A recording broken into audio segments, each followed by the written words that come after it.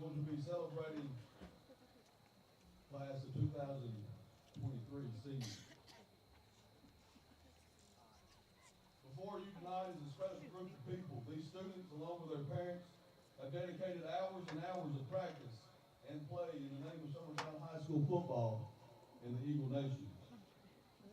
We want to recognize their dedication and commitment to excellence tonight. Tonight will be their last night to take home field. Tonight we'd like to start with Miss Skylar Akins. Daughter of John Akins. Skylar has been cheering for the past 3 years.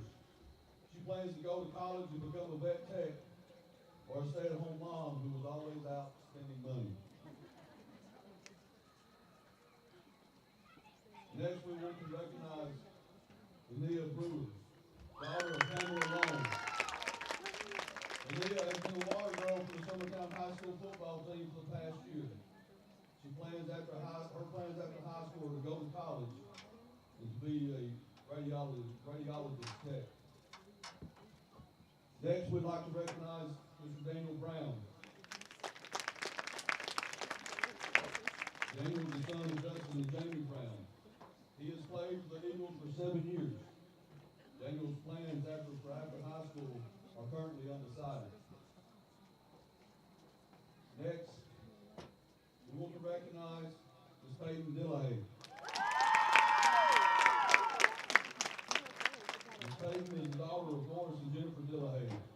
Peyton is a member of the Beta Club, Virtual Enterprise, HOSA, Interact, FBLA, and is also involved in leadership.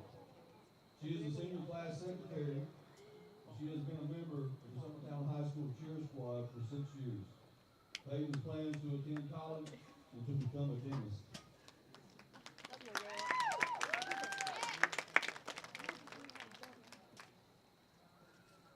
Next, we want to recognize Mr. Ty Gambrell. Ty is the son of Kent and Rihanna Gambrell. Ty has played Summertown football for the past 11 years. His plans after high school are currently undecided. Next, we'd like to recognize Ms. Alyssa Glass. Alyssa is the daughter of Fred and Charity Glass. She is a member of the Beta Club, FCA Leadership Group, and Interact. She has been a member of the band for the past 4 years. She plans to attend Western Kentucky for carpentry technology.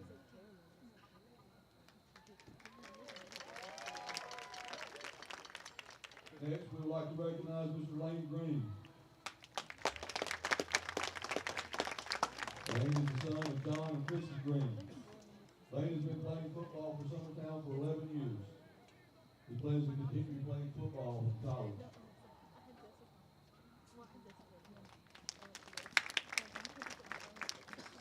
Next, we want to recognize Mr. Jesse Howard.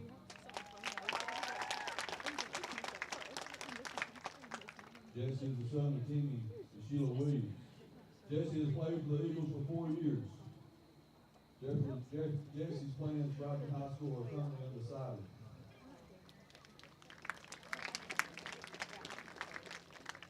Next, we'd like to recognize Brooklyn Jackson. Brooklyn is the daughter of Lena Jackson. Brooklyn has been a member of the band for the past 8 years. After graduation, she plans to major in 2D animation at Austin Peay University.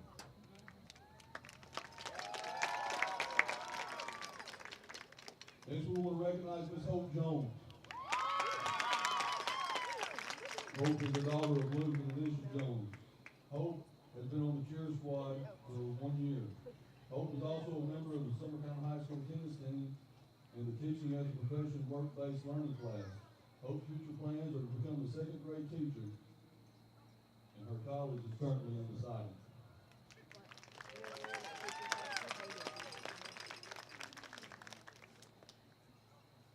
Next, we want to recognize Ms. Cameron McGinaway. Cameron is the daughter of Angie and Mark McGinaway.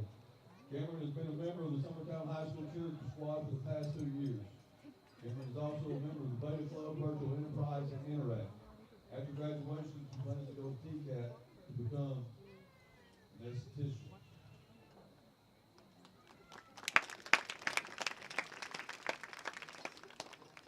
Next, we want to recognize Mackenzie Niehaus. Mackenzie is the daughter of Amos and Megan Wilkinson. Mackenzie has been the cheerleader for Summertown High School for 4 years. She has been a member of the FFA for 4 and the FCA for 3 years. She is also a member of the Interact Club. Mackenzie plans to attend college for therapy, but currently undecided on which college.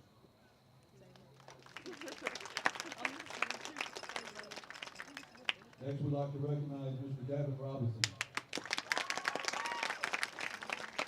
Gavin is the son of Catherine Robinson. Gavin has been a member of the football team for the past 3 years. Gavin plans to be a barber after high school.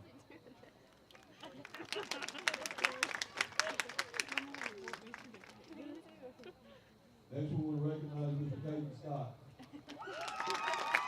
Caden is the son of Robert and Brenda Scott.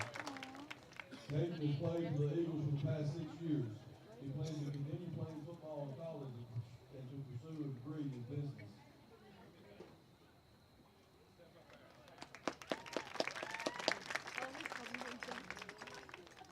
Next, we'd like to recognize Adrian Thomas.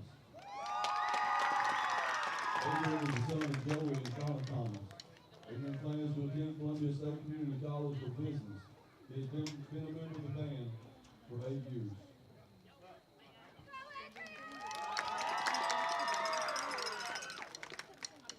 Next, we want to recognize Brittany Torrey. Brittany is the daughter of Joe and Brenda Davis. Brittany has worked as a football manager for the past 2 years. She plans to attend a 4-year college and is currently undecided on her major.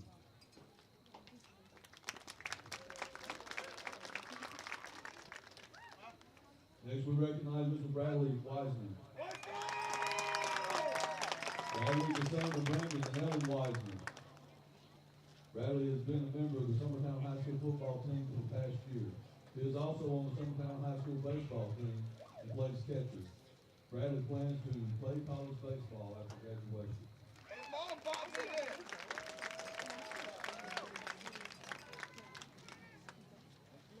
Next, we will recognize Mr. Anthony Williams. Anthony is the son of Dan and Jill Williams. Anthony has been playing football for the Eagles for 3 years. After graduation, he plans to study software engineering at the University of Tennessee. Go Vols.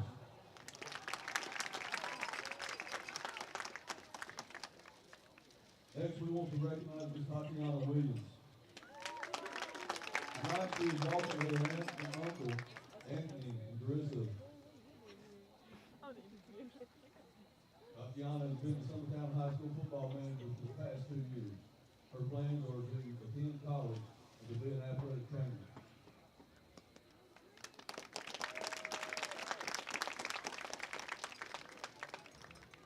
To all of our seniors, and your parents and grandparents, and all those who have supported you through the years, we thank you for the memories and for the dedication that you put forth to represent Summertown High School and the passion that you have. Ladies and gentlemen, please give this senior class one more round of applause for their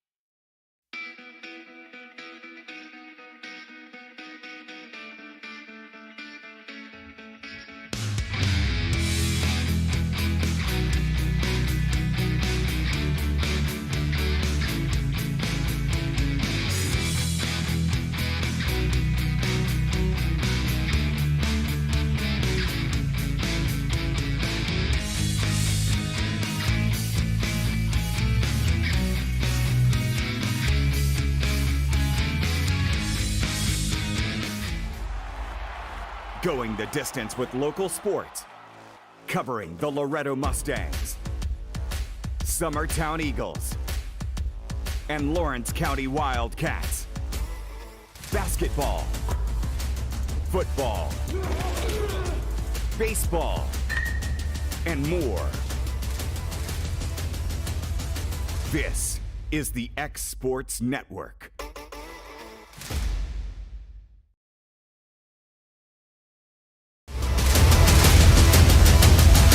This is the X Sports Network. Welcome to the X Sports Network. I'm AJ Good, bringing you tonight's exciting matchup between Summertown and Cascade. It is senior night for the Eagles as they look to end the 2022 season on a high note. The Eagles will host on senior night at 2-7 overall and 0-4 within the region. The champions will make the trip at 5-4 overall and 1-3 in the league. The head coaches are Jason Busby for Summertown in his first year, and on the other side is Jake Tyre in his ninth year with a 34-58 mark and 3 playoff trips. This will be only the second matchup between the two. Summertown won the previous game last season. Here's what the Eagles have to say about tonight's game. Both teams are wanting to kind of finish strong. I know they kind of have an outside shot, I believe. I'm not 100% sure, but, you know, that's kind of our thing. You know, we want to make sure that we continue to do what we're doing, getting better every week, coming out here, you know, playing hard. You know, our guys got the motto, you know, to the last game, to the last quarter, to the last play, we fight, you know, and that's what they break it down in every day. And, you know, that's kind of what they live by this year. It's not just been words to them. They've actually lived up to that motto. Kickoff is just within a few minutes. Coming up in halftime, we'll take a look at everything that's going down in college football, plus a weather update from Fred Gossage. This is the X Sports Network.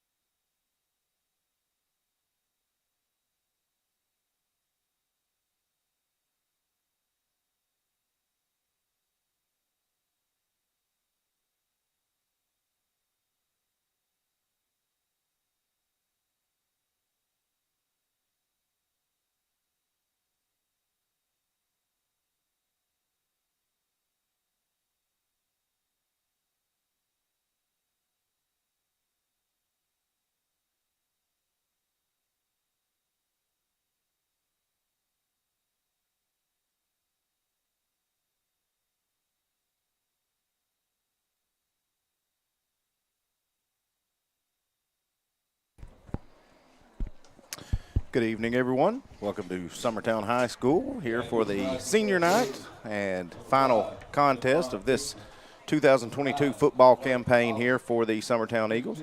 Summertown will not be playoff eligible as they are 2-7 right now. They are hosting Cascade, who comes in at 5-4.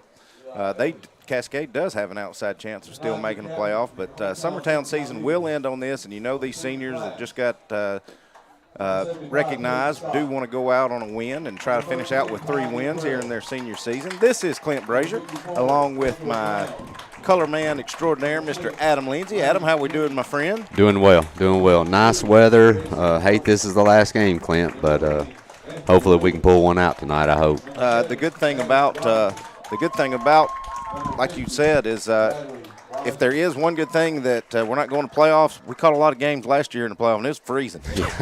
Exactly. So we duck all that. We've also got our technical man, Mr. Extraordinaire, Mr. Will Pettis, here with us. We're going to get into football and all that stuff in a minute, but before we do, I want to address something that I was hit up with a lot here in this past week as our PA man extraordinaire, Mr. John Daniels, getting everybody fired up for this final home game. But I do want to give a special shout-out to our Summertown Lady Eagles volleyball team. What I want to address is, Will, I didn't even give you a heads up on this, so I'm just going to start with this. If there's ever a situation where A.J. Good can call a game, I will respectfully bow out of that. With that said, let me see. I'm trying to figure out Do we have that mic on, Will? Okay, it's just coming in real loud there. All right, let me get back to what I was going to say. With any time that A.J. Good can call a Summertown broadcast, I'm going to bow out because he is great at what he does. And that doesn't matter if it's Summertown, Loretto, Summertown, and Lawrence County, or any game. Any game that he can be at, I'm going to do. He always does a great job, and we're really, really lucky to have him here in Lawrence County. I also have a lot of respect and very, very proud of Nick Moore. I think Nick Moore does a really good job on his broadcast. But I didn't get to hear the end of the volleyball broadcast because I was there live. And it kind of went on a sour note because it did get brought up at the end of it that it's not a true double elimination, and it kind of soured the mood if you are a Summertown fan. Just everything Nick said, I think everybody probably agrees with. Adam, Summertown didn't have to beat Loretto twice, even though Loretto had beat them the day before. But last year, Summertown didn't have to be beat twice, and South Green came out of the loser bracket and beat them in the state championship. So it's kind of a little bit of give and take. But what I do want to do is recognize some players that weren't mentioned because that's where the topic got into. And A.J., being professional he is, he steered away from it, and he ended the broadcast. But instead of bragging on our coach, Andre Kelly, and awarding and recognizing Ainsley Burleson, our MVP, I'm going to do that now because it didn't get done a week ago in that state championship game. So we'll do better, and just want everybody to know. I know you hit me up and was a little disappointed. I'll let me assure you, Nick Moore didn't mean anything by that, and AJ sure didn't. And it just is what it is. And when you don't have paid professionals other than AJ doing that call, sometimes you ruffle a few feathers, Adam. Yeah, you do. You do. And the thing about it is, there's things that a lot of people make mistakes at that a lot of people will never know about. The problem is when you make a mistake on these airwaves. That's right. There's a lot of people, you can't hide it. And I think Nick would agree there was a time to probably voice that complaint, but not right after Summertown wins the state championship and Ainsley Burleson's getting awarded the state MVP, because none of that was ever said. And I think that's what a lot of people's beef was. But with that being said, those Lady Eagles will get recognized at halftime along with our golf team, along with our middle school football team. For right now, let's get into this football contest. Summertown received the kick on first down. They ran it for a gain of about 3. They'll have it second down and 7 from about the 36-yard line. Summertown in their all blue with their white helmets. Cascade in their all white with black helmets. Summertown puts tight end in motion, kind of delayed handoff. Now the quarterback is going to decide to keep that on the option. He's going to power ahead, get the game maybe 1. That's Stoll, Jaden Stoll, who's took over quarterback duties here for the last 4 to 5 games. Summertown's done a good job with their play action fakes these last 2. I know they haven't had a ton of yardage, but the actual guy that they faked the handoff to has gotten pummeled by about 5 different guys, right, thinking he has the football. So, and Stoll got a little bit more of that than I thought. They're saying 3rd and 3, so it's 3rd and doable here for Summertown. They're going to draw somebody off sides, and that should give Summertown an automatic first down. Will be offsides on Cascade. That'll give Summertown the first down. 1st and 10, ball on the 44 for Summertown.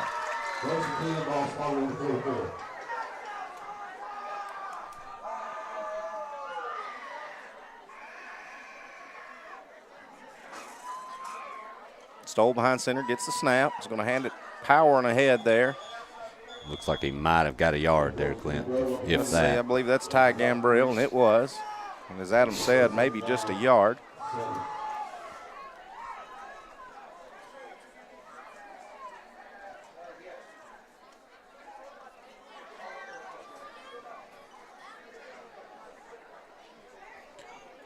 Lane Green, Gavin Robinson, they're playing their last games here. Crucial members of that playoff team last year.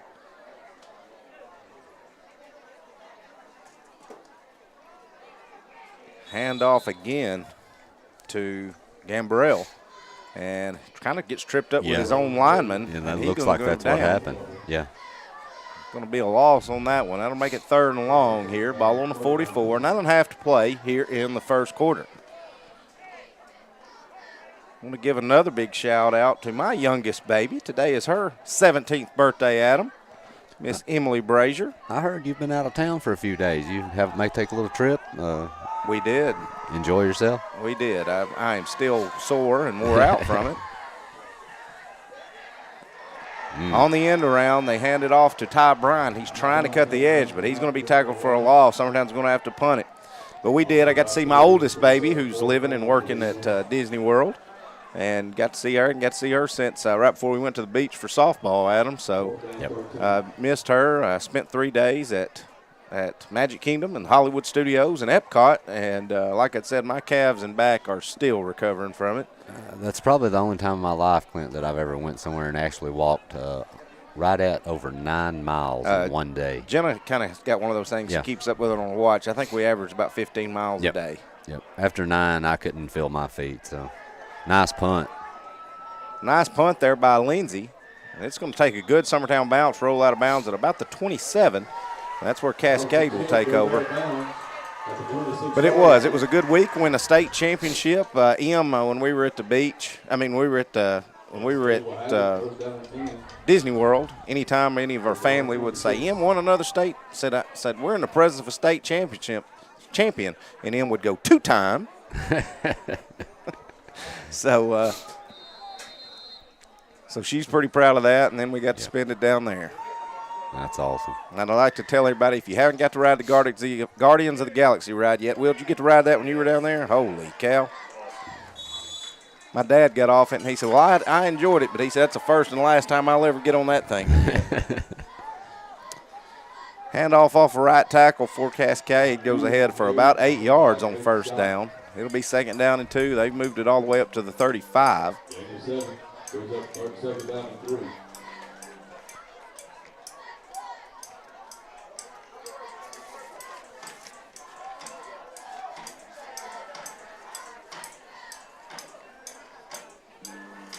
Out of the shotgun is Dixon. Nice tackle there in the backfield. Good tackle in the backfield, as Adam said. They give it to number 15, Connor Huey. And it's snuffed out by a host of Summertown linemen.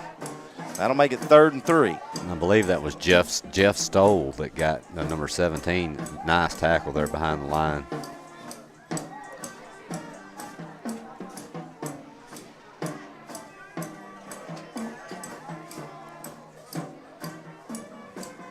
Dixon back to throw. Throws a little out screen. Looks like he breaks a couple of tackles. He's going to power ahead for a first down. That'll move the sticks and give Cascade a first down.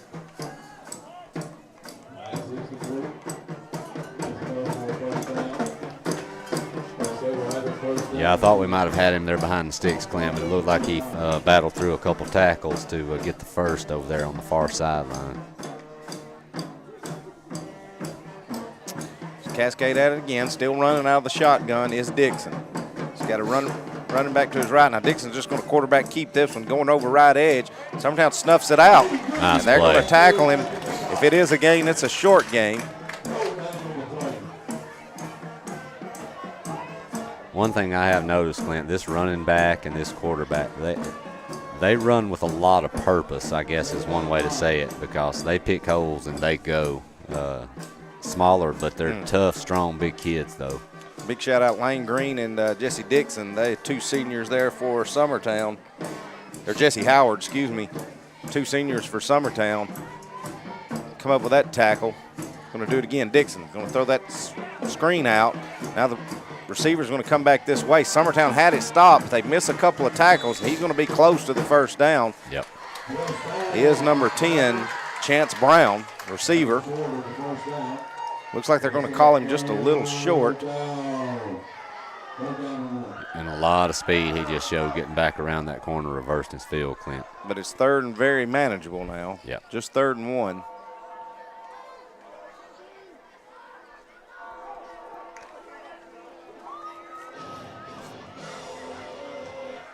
Dixon out of the shotgun again. Running back to his right. 2 receivers out to the right, now 1 in motion. Going to hand it off on the end around. That's to number 10, Chance Brown, who just had that 9-yard reception. He's going to power ahead for a big gain. He's going to get a first down. keep the sticks moving, keep Summertown's defense on the field.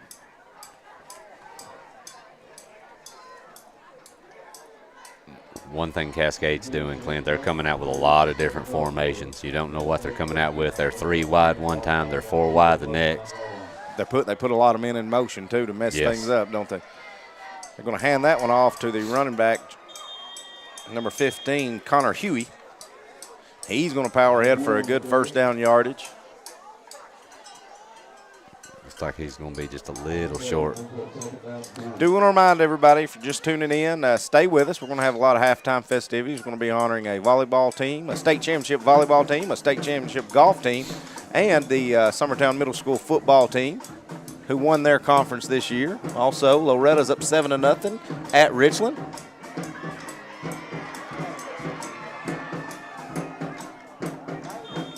Our end around going to, I can't see that number, Adam. I was looking at the Loretta score. I can't either. I believe that's number 19. Number 19. Sawyer Lovevorn tied in.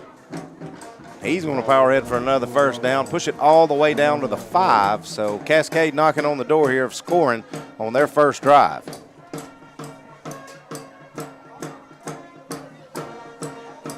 Dixon. Going to hand it off on the draw. Now we're going to get a late flag coming in. The handoff was to Huey. He stopped. Now we're going to get a personal foul of face mask against Summertown. So that'll move the ball forward a little bit closer, and we'll make it an automatic first down. Didn't see who they gave that number to, Adam, on Summertown. Yeah, I'm not sure.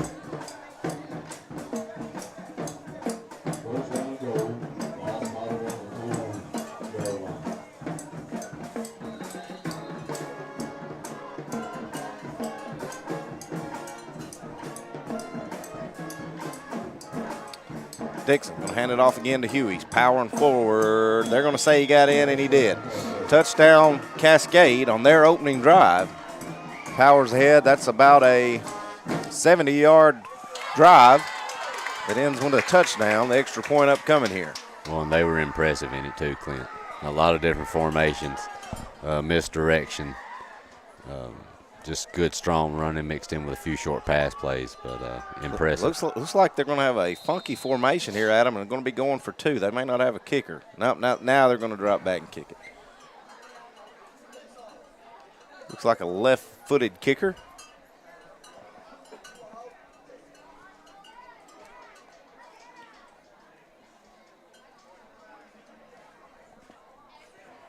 Kick is up, and it's good. That's number 52, Isaac Chopka.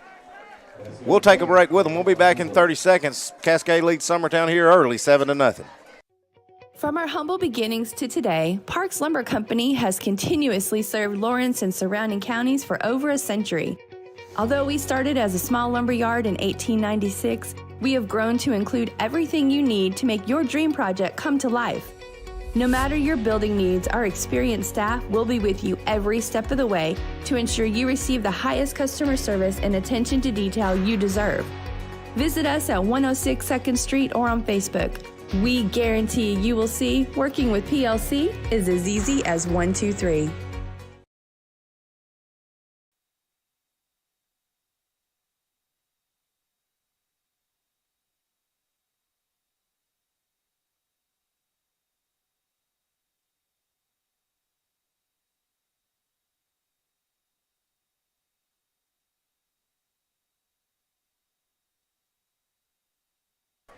All right, welcome back to Summertown. Summertown receive kickoff. Powering forward is number 3, Cason Bailey.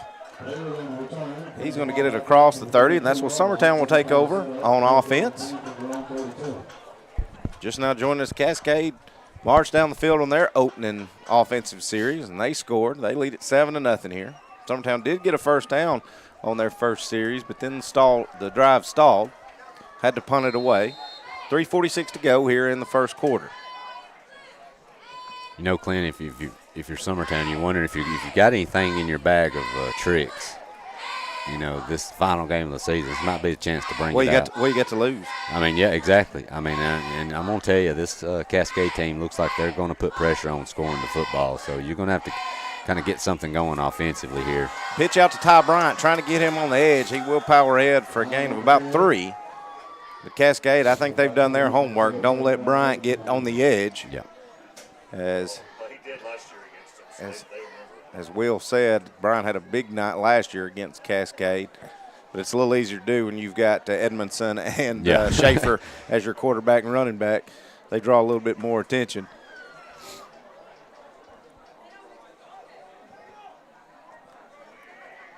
Same setup. Stoll at quarterback. He's got 2 running backs behind him.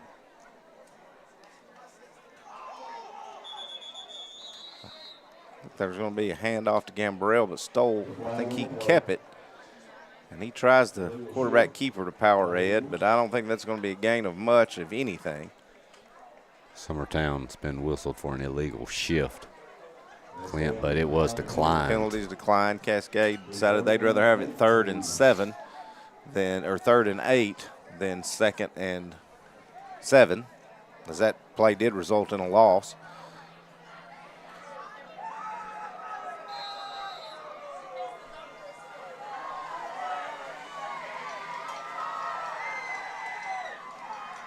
Stoll behind center. Getting wrapped up. As by the time he got the snap, there were 3 linemen for Cascade all over him, and that will make it 4th and long, and that will bring out the punting unit again for Summertown. Not the kind of start you want, Clint, offensively right now if you're Summertown. Struggling a little bit starting out. Tell you what, Dixon for Cascade, he must do it all. He's the quarterback, and he's also back to return punt. Yeah. Yeah, he's an athlete. You can tell by watching him. He got a lot of speed, real shifty. So Lindsey barely gets that kick away, but it's a good punt. Takes a good bounce, rolling across the 30. Dixon thought about coming up and picking it up, but it's going to take a good bounce, roll down to about the 22-yard line, and that's where Cascade will take over. I was really thinking, Clint, he was going to pick that football up. I think he thought better of it, but I think he had an opportunity to if he wanted to. You know, Adam, games like these where your offense has really not done much of anything in the first 2 series, something big's got to happen on defense. Somebody's got to strip a football. Somebody's got to come up with an interception or a big tackle for loss. You know, sometimes your defense can kind of give you that spark, and they're going to have to get it from their defense if you're Summertown right here. Yeah, definitely, Clint. 100%. Back to pass is Dixon. He's scrambling. Now he's going to tuck it and run. Heading on the right edge. He's going to get forced out of bounds. Not much of a gain, if all, if any. And Summertown did a good job in coverage there and pressuring the quarterback. Gain of about 2. Well, and I also know, I think you mentioned, Clint, that Cascade's still in a playoff fight, right? They still got a shot at getting in. Outside chance, but you got to win it to do it, and it looks like they're trying to make sure they win it. Well, they've come out and look like they really have a purpose right now, and Summertown just seems a little flat early on. Dixon going to hand it off to number 10, Chance Brown, on the reversal. He's going to get snuffed out and tackled for a short gain. Gain of about 1. That should make it about 3rd and 7. And here's your chance for Summertown. Long 3rd down, chance to get off the field, hopefully with a decent return here on a punt. You're going to get good field positions. This could be your first stop of the night. Now, he may throw one 30 yards right here. He might. The only passes he's attempted are screen outs. Yep, they've been behind the line, both of them. Yep. And so if you're Summertown, I'm staying home right here. Yep, definitely. Dixon is going to just keep that one, and he's going to have the first down and then some. Good tackle by number 75 for Summertown. Caden Scott, the senior, keeps that one from going to the house as Dixon got a lot of wheels about him, and he just plows ahead and gets the first down on his own. And I tell you, Clint, I can tell you who he just really, when I see him play, it jumps out at me. I'm thinking of Kyler Murray. I agree. Short in stature, but very athletic. Yes. That play's going to get blown dead before the tackle was ever made. Let's see what we got here.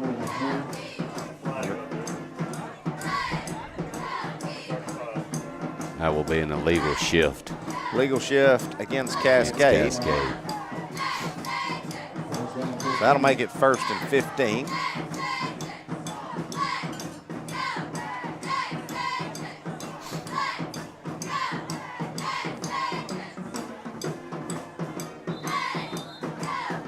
So we'll do it again. Dixon brings his team out of the huddle. He's in the shotgun. Got a running back to his left, 2 receivers out to the left. He's going to roll to his left. Drops back, lets one fly. Robinson goes up, and I think Robinson's intercepted, and he has it. Great play. Play you needed. Yep. If you are the Summertown defense, Robinson being a wide receiver for Summertown, but a really good safety as well, goes up and picks that off before Cascade can come down with it. Showed a lot of arm strength there, did Dixon, but luckily Robinson snuffed that out. Summertown will take it over after the turnover. Well, and if you're Cascade, it's not a bad gamble early on. You have how successful you've been, but that throw was right into double coverage. But not a bad risk if you're Cascade. Just about the same as a punt. And his target was number 10, Chance Brown, who is lined up right now, if you can see right into the bottom right of our screen with Robinson. Robinson's got the big size advantage on him. Yeah. You wonder if maybe you're going to see a ball thrown up to him here coming up in the next few plays. Give him a shot to make a play out here. I think that ball got on the ground, but it did. And it's Cascade has it. So just like that, Summertown gives it back. And what you were about to say, Adam, as fast as Cascade's getting into that backfield, I think if we're going to throw it, I think we're going to have to do it out of the shotgun. It's going to have to be some kind of quick slant because Cascade, I think, is touching the ball before our quarterback is. Well, is it possible when you go into the shotgun that we go about 20 yards deep, just kind of like a punt scenario? Got to give us a little more time. I don't know, but yeah, I'm telling you, this Cascade team now they are aggressive. They are physical. They're not just super huge, but man, they play hard. So no harm there on the interception as Summertown turns it over on the very next play on the fumble. Going to hand it off to the running back, number 15, Connor Huey. He's going to power ahead for a gain of about 5.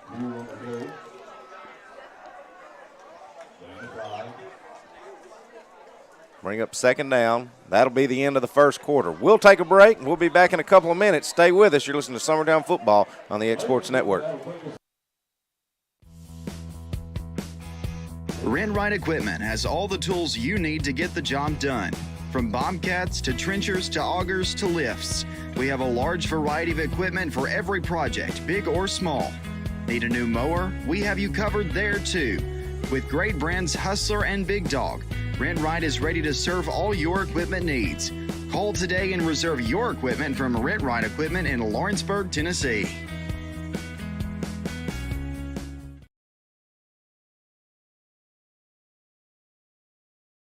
Are you looking for a non-factory job environment? Livingstone Freight Solutions is a 3PL company that began managing warehouses in Tennessee, Alabama, and Mississippi. With our multiple shifts and experienced management team, our goal is to give you, as an employee, a safe family work environment and competitive wages. We offer a wide variety of employment opportunities from forklift drivers to management level positions. We also strive to offer a competitive benefit package and PTO options. For more information or to apply, visit us at livingstonefs.com or give us a call at 931-269-3255.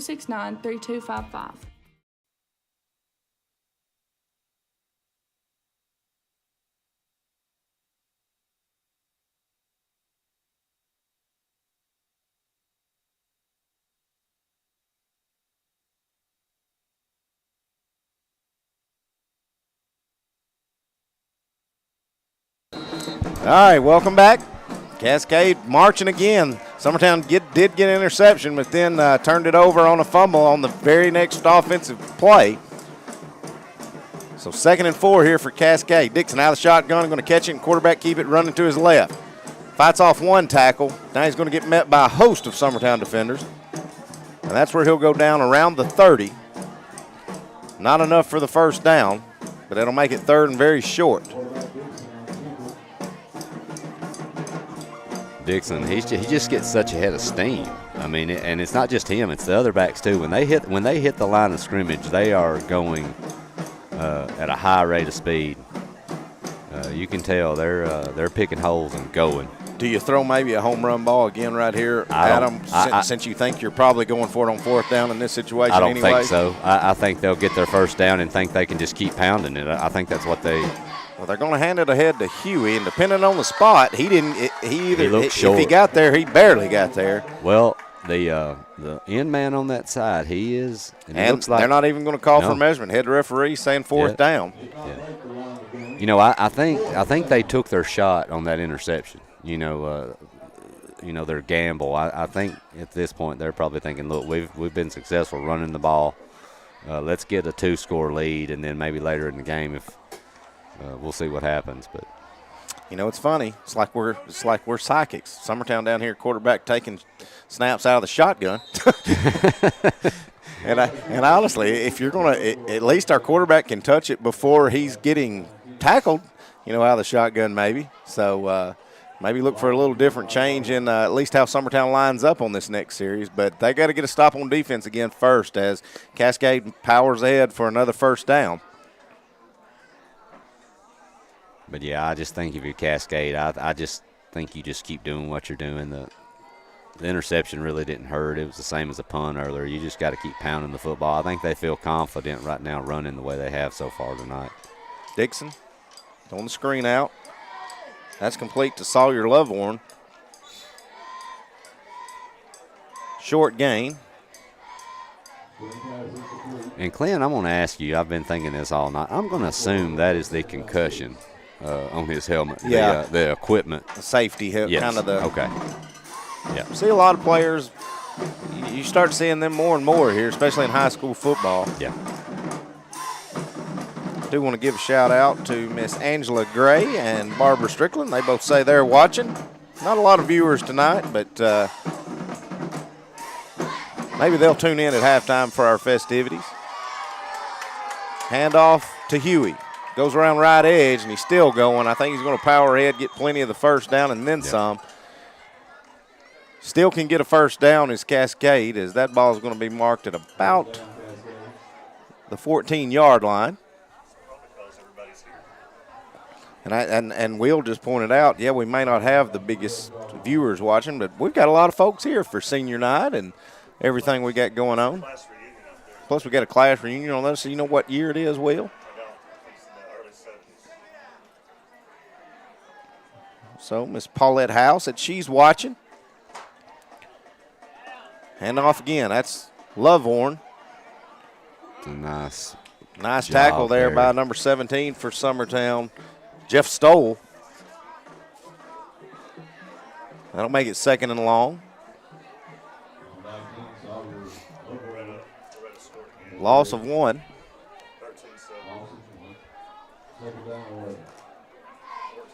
Tell you, if Summertown can just hold this to a field goal, Adam, you feel like it's a win. Yeah, I agree, 100%. Dixon out of the shotgun. Same play. Going to hand it off. This time it's to Huey, and he's going to get more out of it. He goes across, dives across the 10-yard line down to about the 8. That'll make it third and manageable. And Cascade just puts so much pressure on their defense because they're always going forward. You know, you're not seeing them lose. You know, they're not going backwards. I mean, they're always falling forward. I mean, and anytime when they do get to third and fourth down, you know, it's very manageable. So 3rd and 7.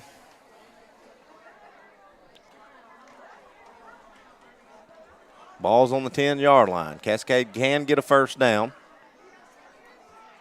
Dixon, low snap, but he finds it. Now he's going to run with it. Trying to get by Lane Green. Lane Green Nice wraps play. him up. It's a nice play by Green. Good job by Lane Green to hold him up just long enough for Jesse Howard to come in there and get the tackle for loss. That'll make it 4th and 9. And we'll see what Cascade wants to do here. They are running some personnel in. That may be the kicker. Well, number 52 is the one that kicked the field goal, and he is in the backfield right now, so it looks like they're going to try to kick a field goal. He had a pretty strong leg on that extra point, too, so I think this is definitely in his range for sure. Isaac Chapa.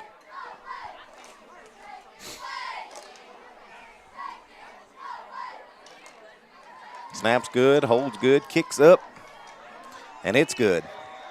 Nice kick. 10-0 your score. Summertown trails here with 6:40 to go in the first half. We'll be back in a minute. Stay with us. A local law firm respected throughout the state. Generations of clients have turned to Boston, Holt, and Durham since 1948. we assist individuals and businesses with their legal needs, including real estate, property closings, personal injury, employment discrimination, and family law. Our clients get the personal attention and convenience of a hometown law firm with the resources and ability to handle any case. Come see us at Boston, Holt, and Durham.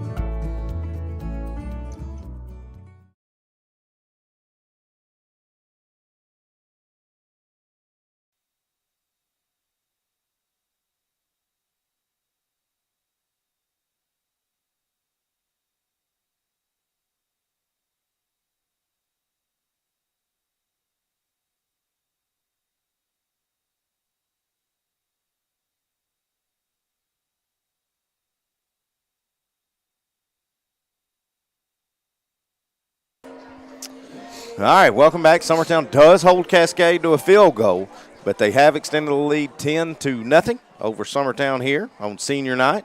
6:41 to go here in the first half. Also, want to give everybody an update. Loretta now leads at Richland 14-7. Kicks a low squibber. Casey Bailey's got that one again. He's wrestled down and out of bounds at about the 30. I'm going to give a shout-out to our volleyball coach, Miss Andrea Kelly. I sent her a message. Her team's getting recognized here at halftime. She's not even going to be here. She's going to Knoxville tonight to watch them Vols beat Kentucky tomorrow. Really? So I can't blame you for that, Coach. If anybody deserves a little vacation, it's you. I'm telling you, Clint, I've got an upset alert for tomorrow for you on that one. Well, my biggest concern is they're going to be looking ahead. Yeah, definitely. Everybody's talking about Georgia. There's another game. And Kentucky's good enough that if you ain't got are. your crap together, they'll upset you. Exactly. Bryan in motion, Stoll behind center.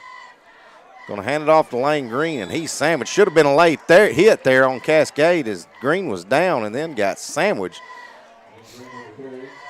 But no flag.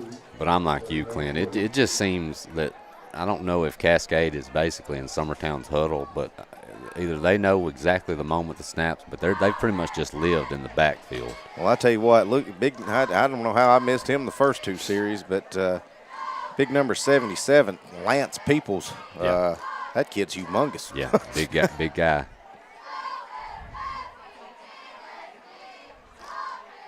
Stoll was back to throw. Now he's going to tuck it and run. Trying to get around the edge. Going to be hemmed up by a host of Cascade players. And, even that situation, it looked like the center was actually pushed back pretty much right so far in front, right on top of Stoll that he couldn't even throw the football. Be interested to see, as we pointed out, Stoll was taking some snaps out of the shotgun down here while Summertown was on defense. Haven't taken any in the first two snaps, and the first down and second down here in this series. We'll see what happens here. He was looking to throw that football, but you're going to have to do something to let him at least get it in his hands and turn it loose, Adam. Yep. You've got to give that kid an opportunity. Looks like he is going back under center again. Stoll going to draw Cascade off sides. That'll help Summertown out. It is just a 5-yard penalty, so it'll still be third down, but only 3rd and 3 now instead of 3rd and 8. Clint, if you've got just a little middle screen or something and kind of punish this line for the aggressiveness of how they're penetrating, it's something you can dump over. Well, if nothing else, just a quick out to Bryant or Robinson and let the other one block for each other that are lined up out here. Just something that the quarterback can get rid of to get it out here and maybe see if something can open up off that edge. Yeah.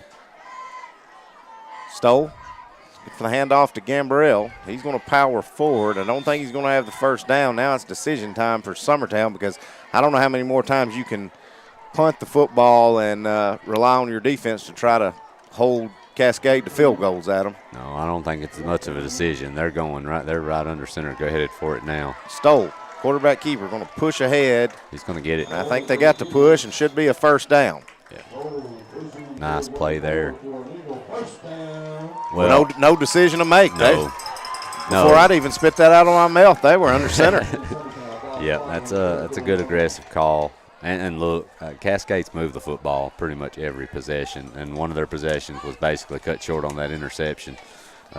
You've got to put points on the board, and if you've got a chance to keep it out of Cascade's hands, you've got to do it.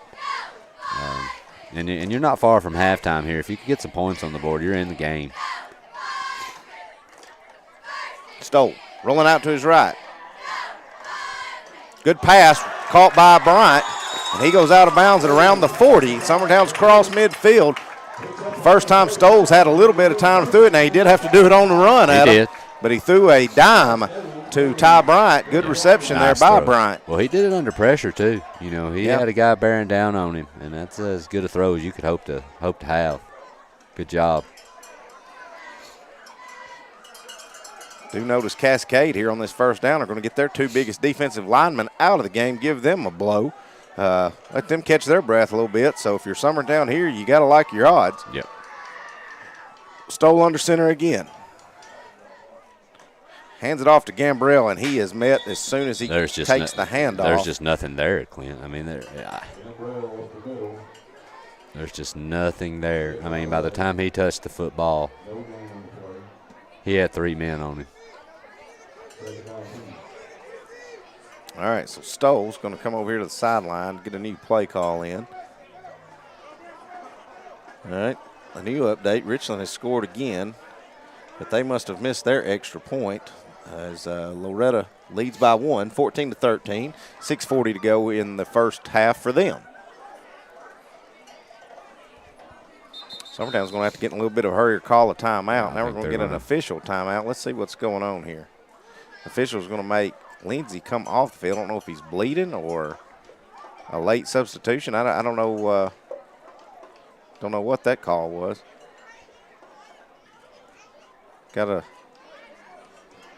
Coach Busby looks a little confused himself, as the rest of us up here are too. I can tell you something right now, Coach Busby.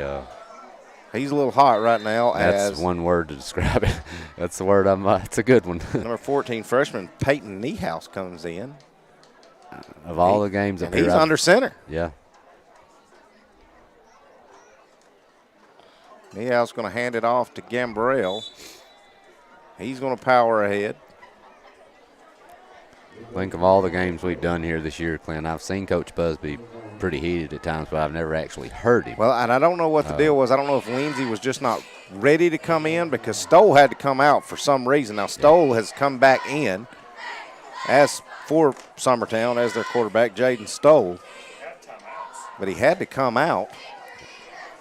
And as Will just said, we've got 3 timeouts, so I don't know why all that confusion was, but Summertown's going to jump here, and that's going to be number 75, Caden Scott.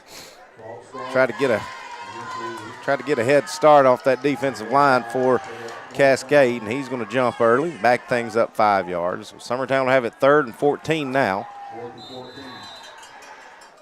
Our PA man, John Daniel, just said 4th and 14, but it's actually 3rd and 14. So we'll see what Summertown tries now. Stoll will stay under center. Got Love behind him. He's going to roll out to his left, looking to throw. Lets it go. Bryant goes up to catch it, and he's got it. Ty Bryant again. Now he's a little short of the first down. Bryant pointed like he got the first down, but I don't think that spot gave it to him. But we'll see. Let's see. 4th and inches. Stoll going to try to power ahead, and he gets stood up. It just all depends on the forward progress. They're going to give it to him. Yeah. I think he got it. Have to wait on a call from the official. Wouldn't be shocked if they don't mark it. And they're going to have to measure this one. I don't know, Clint. I can tell you if he advanced that football, it wasn't far from here.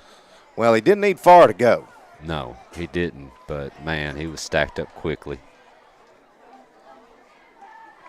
I'll tell you what, though, Adam, if you can just hold it, if you can keep Cascade from scoring with 1:24, even if you turn it over on downs right here. Yeah, you've seen 2 good pass plays rolling out left and right for Stoll to Bryant, and you've also got Robinson as an option You know, you're showing some things on offense that we hadn't seen in a while. Well, I mean, when he gets time, you know, that's the key. I mean, he's got to have time back there.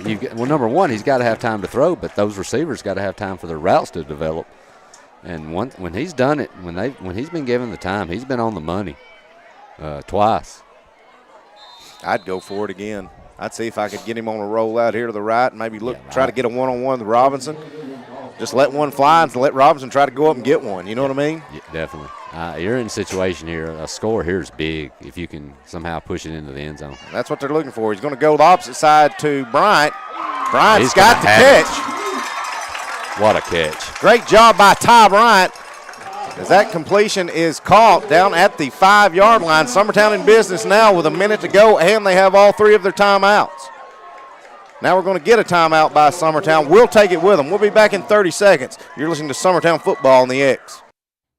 For the best at-home care in Lawrence County, the Summit at Home is the right company for you. We have a friendly staff over 25 that is trained, educated, and qualified to help with all your needs within your household. Our non-medical services include transportation, housework, dressing, and companionship. We are also covered by most long-term care providers. For more information, please call 931-762-2310.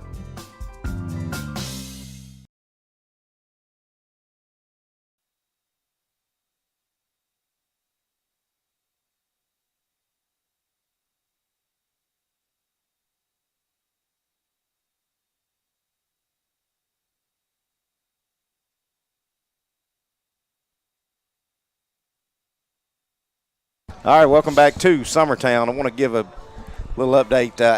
Mr. Will Pettis said he wants to apologize to everybody. His joystick's giving him a little bit of trouble here, that kind of zooming hard one way or hard the other way, so just bear with us. But Summertown in business, 1st and goal, ball on the 5. They trail 10-0 here with a minute to go before half. Stoll going to hand off to Gambrell. He's powering forward. Gambrell goes. You got upended, it looked upended, but he's going to be pushing ahead for positive yardage anyway. Well, and I'll tell you, Clint, about Will. We had the Richland Middle School game last night. You got to watch him with that joystick. If there's an attractive woman in the stands, he'll find him. It's just, I don't. Yeah, I was going to say, you know his wife's probably listening to this, right? Will said, yeah, it's why he points to his wife all the time. He made the right answer. Bad thing is, Will don't have a microphone on, so she probably didn't hear that. No. Summertown's going to take their second time out, but we'll stay right here with it. They're only giving Gambrell a gain of 1 on that. From up here, it looked like he got a little bit more, but second down and 4. Second down and goal, ball on the 4.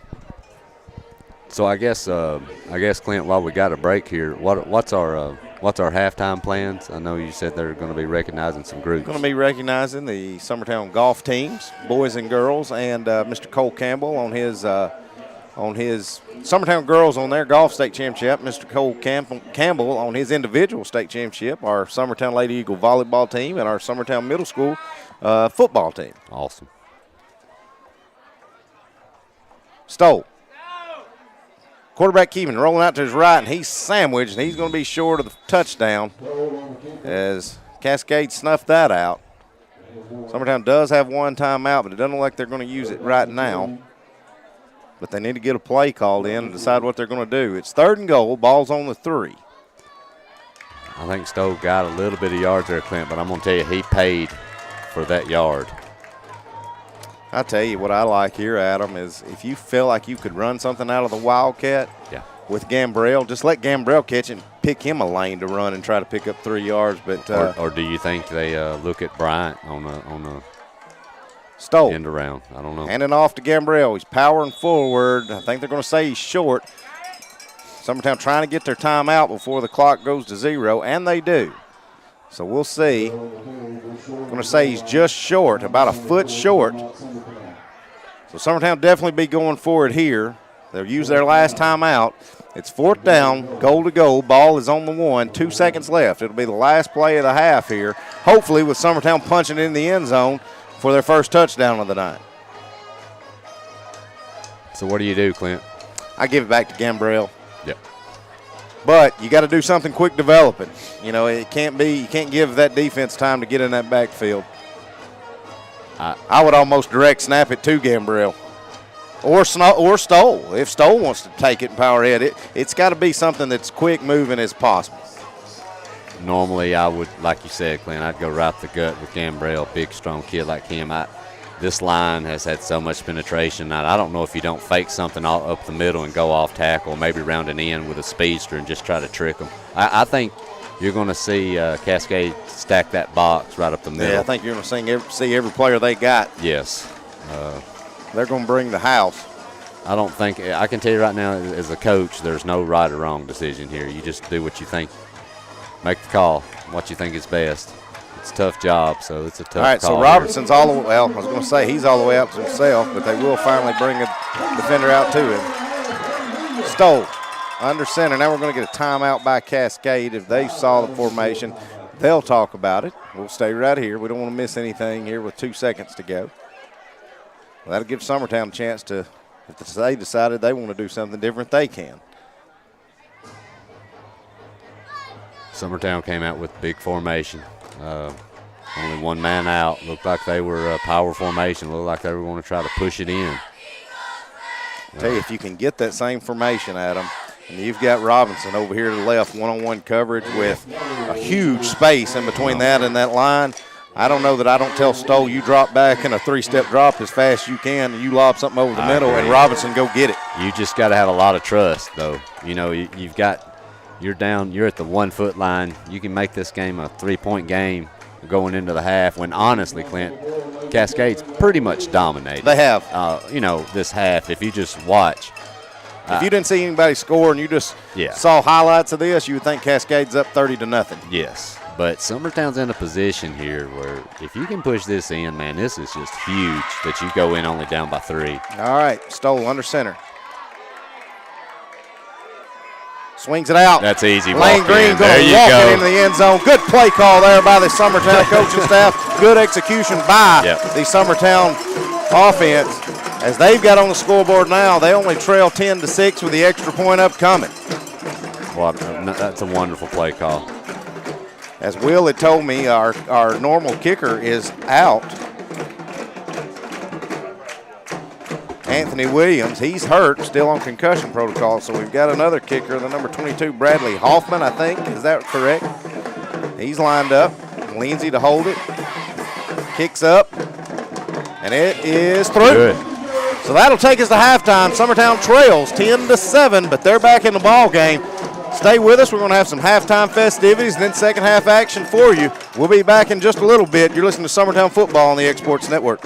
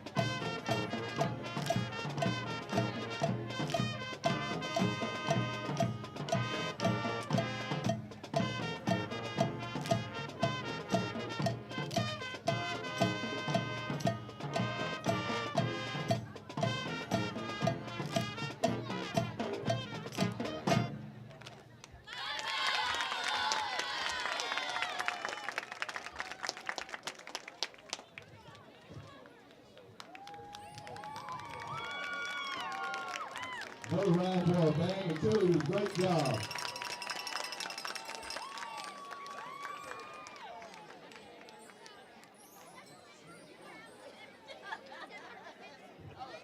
All right, ladies and gentlemen, at this time, I want to bring attention to the field. We have a couple more recognitions we'd like to make tonight. First off, we recognize the Lady Eagles volleyball team. The Lady Eagles volleyball team started their season on July the 11th, and since then have played 54 matches and 7 weekends to finish the season with a record of 45-9.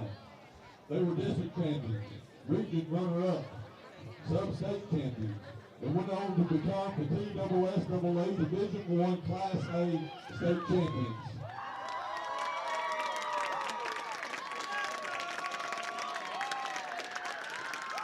During the past 4 years, the Lady Eagle volleyball team has won 3 state championships and had 1 runner-up finish. The Lady Eagle volleyball team roster is as follows. 8th graders: Lily Lou Mason, J.C. Burleson, Josie Burleson, Maddie Gillum. 9th graders: Aubrey Huffstedler, Ainsley Pennington, Gabby Long, Molly Emerson, Annalee Kelly. 10th grader: Abby Jo Schaefer. 11th graders: Mackenzie Reynolds, Laura Gillum, Emily Brazier. Happy birthday, Emily Brazier. 12th graders: Ansley Ferguson, Leah Dinwiddie, Gracie Kelly. Manager: Marty Kate Atkins. Assistant coach: Valerie Hustever. Head coach: Andrew Kelly. Great job, ladies. Great job over the past 4 years. What a way to represent. Our pretty impressive with 2 grandmothers on the team.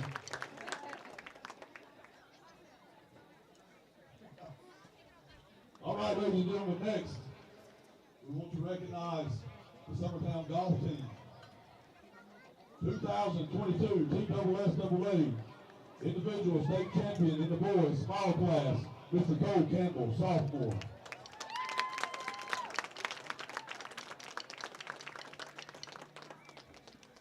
Cole became the first ever individual guy state champion in Summertown High School history. Set the Summertown High School all-time low 18-hole score of 66, 600. On the girls' side, 2022 TSSAA state tournament champions, 5th consecutive, with a record of 57-0. Carly Campbell, T1, 66-66. 132 ties all-time low 36-hole score in TSSAA golf history.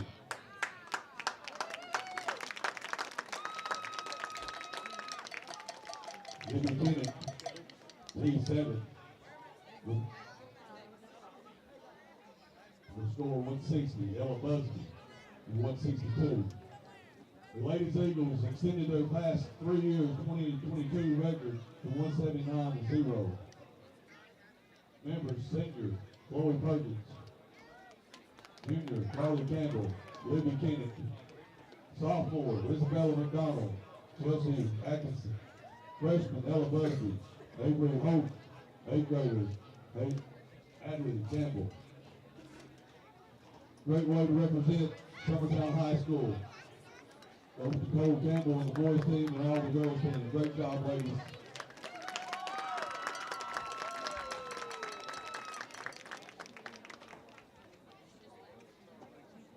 We also want to take this opportunity and recognize the Summertown Eagles middle school football team. They finished the season 6-1 and won the school's first ever Gwinnett County Conference Championship. Led by their head coach, Austin Yarborough, the Eagles offense averaged 11.7 yards per offensive snap and outscored their opponents by an overall score of 230-72. The Eagles defense, led by defensive coordinator Wes Wood, held opponents to 14 points or less in 6 out of 7 games during the season, and held Wayne County to only 6 points in the conference championship. To help the Eagles bring home the trophy to Summertown.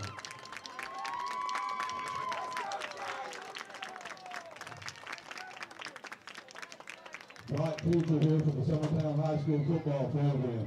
Great job, young men. Very excited to see them. Congratulations to you and your coaches.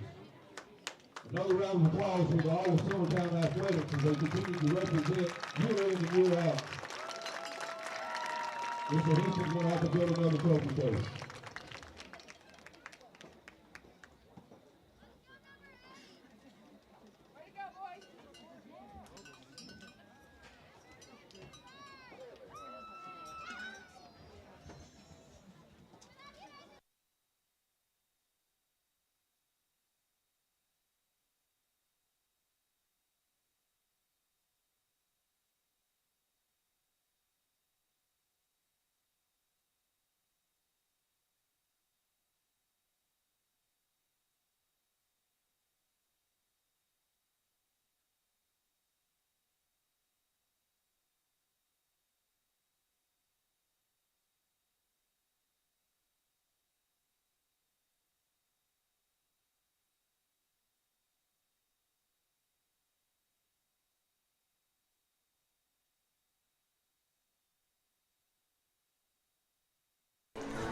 All right, welcome back to Summertown High School. We've got 9:45 to go here at halftime as we just recognized our state championship volleyball team, our state championship golfers, and our middle school football team.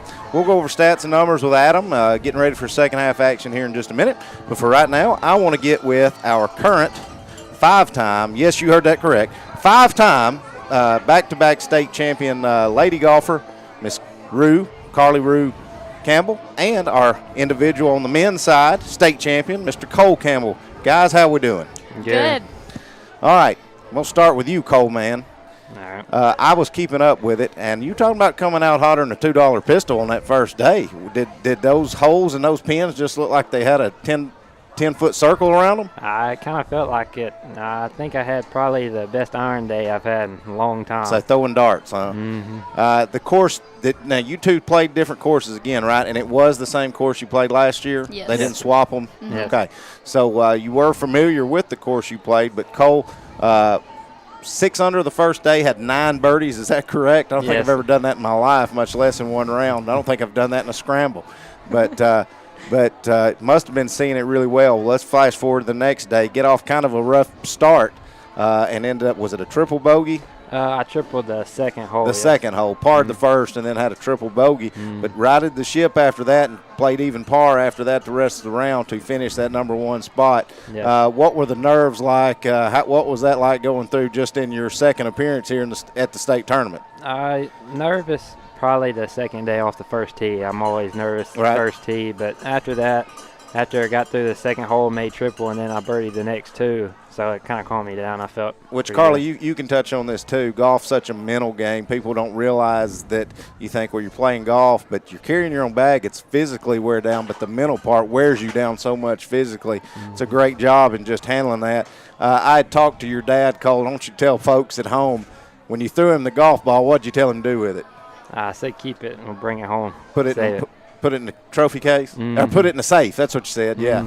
Because he wanted that put right beside Kaylee's so big sister didn't have one up on her little brother no more.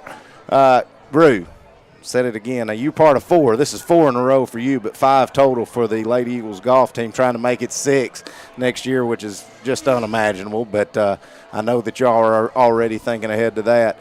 But before we talk about your team and how much that meant to you, just winning that team, came down, forced a playoff, lowest total ever shot. It just so happened you were doing it with 2-time reigning champ. 3-time reigning champ Sophie Linder. Yes, sir. And force a playoff and go in that first one, and she birdies the first hole, and you lipped out a birdie putt that would have forced an extra playoff hole. But how gut-wrenching was that? But also, what did you take away from that? It was tough to see just because, I've been here for 4 years now and trying each year to get closer and closer and to finally get there, and just to, it not to work out in my favor was hard to see, right. But, it showed me that we ultimately went there to win, and that's what we did. And right. when it came down to the wire, we did what we had to do, and I couldn't have been prouder. Right. So, yeah. Well, and the good thing is she graduated, right? Yes. We don't have to worry about that. Finally. We got to worry about that heifer next year. Finally. But let's touch on this team. You had to replace Big Sister off this year's team, Yes. which was a big loss.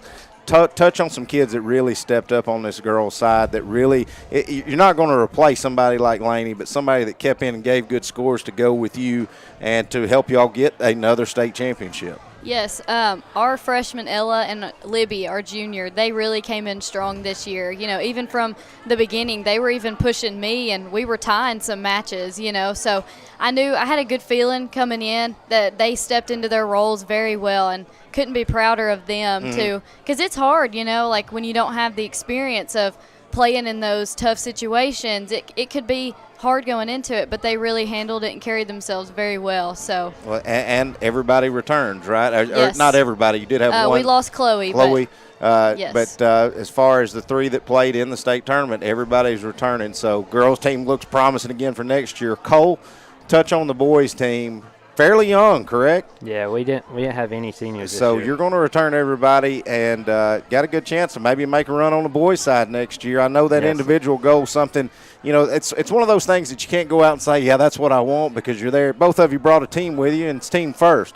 But I know that'll be on the top of both of y'all's list as well with another team state championship. Well, last thing. Are we ready for basketball? Oh, yeah. Practice Monday. Y'all got through a little bit earlier than volleyball and football's done. I don't know how many football players the basketball team, if any, but I know there's a whole lot of volleyball players. So you got done a little bit before. So you've probably been doing a little bit more conditioning than some of the volleyball players. But look forward to that, and just keep doing what you're doing. Hopefully at the same time next year we're talking about 2 team state championships and 2 individual state championships. That's right. Yes, sir. Well, congratulations, guys. That's Cole Campbell. That's Carly Rue Campbell. We'll be back in about 4 minutes getting ready for second half action. Stay with us. We'll be right back. This is the X Sports Network. Welcome back to the X Sports Network as we now check in with everything going down in college football on Saturday. Starting first with North Alabama, who will be on the road at Central Arkansas as they are still searching for win number 1 in the A-Sun. The Lions will hit the road once again in A-Sun play, searching for that elusive first conference win. UNA is 1-6 overall and 0-3 within the league. On the other side, Central Arkansas is 3-4 overall, but 2-0 in the A-Sun. These 2 squads have quite the history dating back several decades. They will reignite this rivalry on Saturday, something that has been dormant for 17 years. A lot of history. You know, I think when we played them in 2005, we split. We won the playoff game. A lot of people involved in that game. You know, from head coach that's there now was a player, Nathan Brown. You had Mike Norvell, that's head coach at Florida State, playing receiver. You got Blake Ferris playing in that game. He's coaching here with us. A.J. Milweach up long. I remember Utah Fukuda kicking the game winner in that game, a field goal. So a lot of memories going back to that game. A lot of history. I think they went Division I in 2006. So, yeah, I mean, just always, you know, it's been a while since we've made the trip to Arkansas. So this is kind of going to go back down memory lane. Over in Knoxville, where Tennessee is getting ready for yet another ranked opponent. This time, it will be Kentucky coming to Neyland Stadium to take on the undefeated Vols. The Wildcats are 5-2 overall and 2-2 in the SEC. Last season, the Big Orange got its first ranked win at Kentucky under Josh Heupel and got things rolling from there. And Heupel says it's all about performance on the field to get over that hump. Yeah, I don't believe that there was a psychological hurdle that our program had to get over. It was a preparation performance hurdle that we had to get over. That was a big win for us as a program to be able to go do that on the road. You saw the excitement from our players at the end of that ball game. Just as we were beginning that journey last year, it was one of the steps, the hurdles for us to prepare the right way, practice the right way, and then go out and execute and led us to playing the way we did on the back half of the season. Kickoff for the second half will be in just a few minutes. Be sure to check out all the highlights going down tonight on The Final Score. This is the X Sports Network. From the Tennessee Valley Weather Center, this is your local sports forecast. Fred Gossage here in the Tennessee Valley Weather Center with your halftime forecast update right here on the X Sports Network and your hourly forecast for tonight. Temperatures not as chilly. We're staying in the 50s overnight as clouds increase after midnight toward daybreak. We'll start around 55 or so at 10 p.m., dropping to around 50, maybe upper 40s in spots for your morning lows.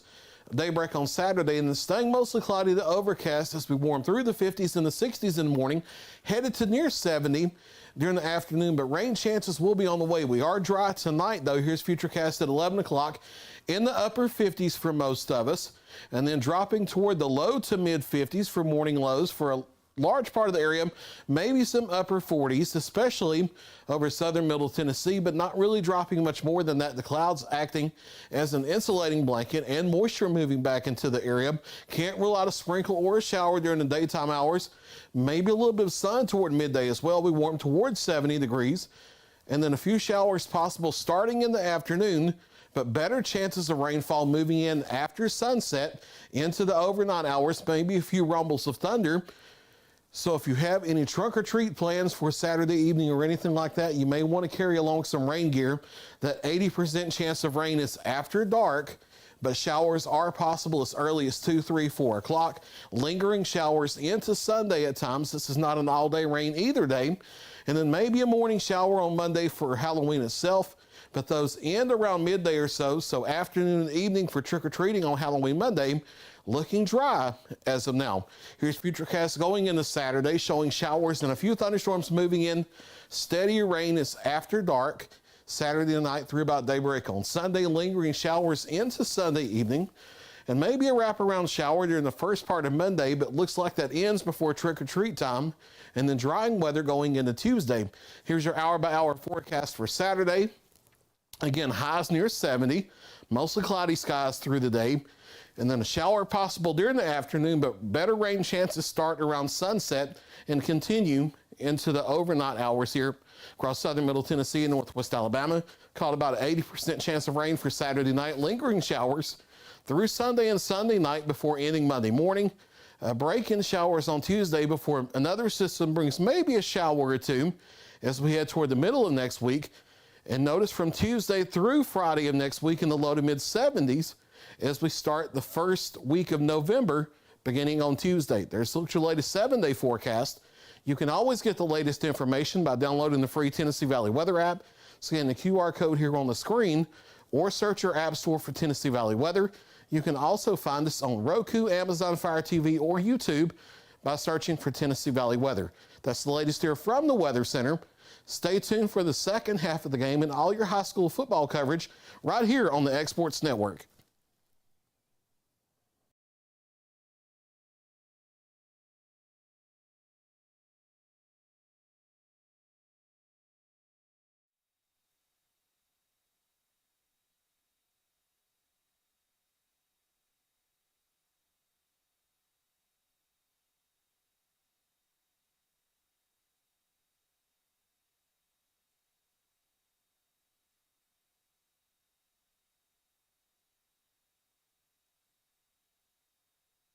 All right, welcome back to Summertown High School. We're getting ready to start the second half. Cascade will be getting the ball, but Summertown did have a little spark there, Adam. Last offensive series, got the passing game going. 3 big receptions by Ty Bryant, and led to a good jet sweep there on a pitch out to Lane Green, who walked it in the end zone. Makes the score 10-7. Summertown only trails by 3. What do they got to do to carry this momentum and get something going here to maybe pull out a win here on something that, if you, like we'd said, if you'd watched the first half and never looked at the score, you'd think Cascade was up 40. Well, Summertown's defense has been really solid all year, but I will say Cascade's moved this football the whole first half. You've got to, and I firmly believe Cascade's going to come out pounding the football right now, especially with a 3-point lead. They're going to do what they've done well the whole first half. So if Summertown can bow up, get off the field, and really bear down on Cascade's running game, you've got a shot to win this football game. But I think Cascade's going to come out with some intent here to pound the football and see if Summertown can keep them from running. I would say you are correct. If you are Cascade, yep. You threw one long pass play. The rest were quick. Mm-hmm. Summertown going to onside kick it. Try to get a spark going. Summertown's acting like they've got it. Case and Bailey's saying they do. And Summertown's come up with the football. And that did hit a Cascade defender. Whoa. Now they're saying Cascade never mind. has it. Huh. So I don't. Okay. Maybe the ball didn't travel 10 yards. Adam. Well, the ball didn't travel 10 yards, but from here it looked like it hit a Cascade defender about the 8-yard mark. So not a shocker there, trying to catch Cascade off guard. But as you said, I would look for Cascade to probably play this a little closer to the hilt and keep pounding that football. They're going to hand it off on play number 1 off right tackle, and that's going for big yardage. Yep. That's big number 15, Connor Huey, just rumbling, tumbling, stumbling ahead there. That's a big man to try to tackle, and he had some speed on that one, Adam. Well, I think Cascade feels with the way, as much as they think they dominated the first half, that Summertown's fortunate to be in this. And I think they're, like you said, Clint, they're not going to mess around, I don't think, from here. Summertown's going to have to figure out a way to stop this running game. 20-yard first down run there by Huey.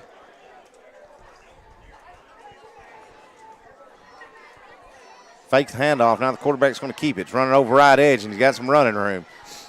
Going to be pushed out of bounds after a 9-yard gain. So 2 big plays there on both on first down as the quarterback, Dixon, does the quarterback keeper, goes off right tackle.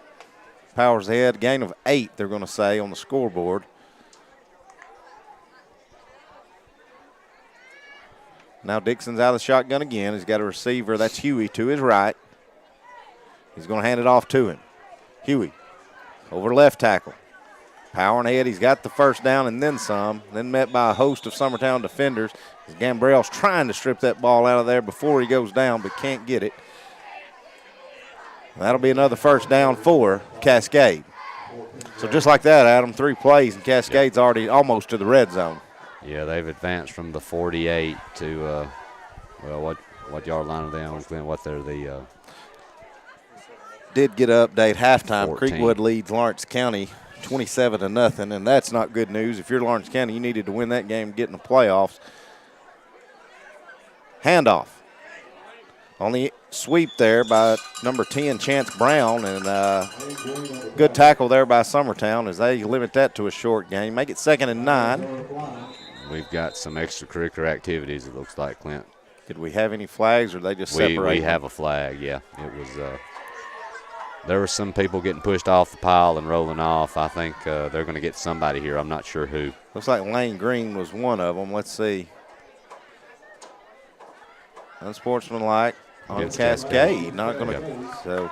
Well, I saw a Summertown defender actually come off the pile, and I didn't know if maybe he had gotten a flag for rolling over somebody and kind of being a little rough after the play, or whether he was pushed. But evidently, somebody on Cascade's team.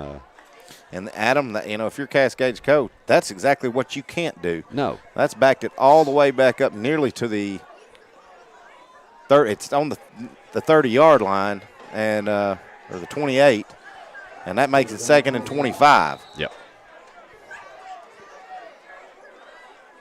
Huey going to power ahead, get about 5 of it back, but still make it 3rd and 20.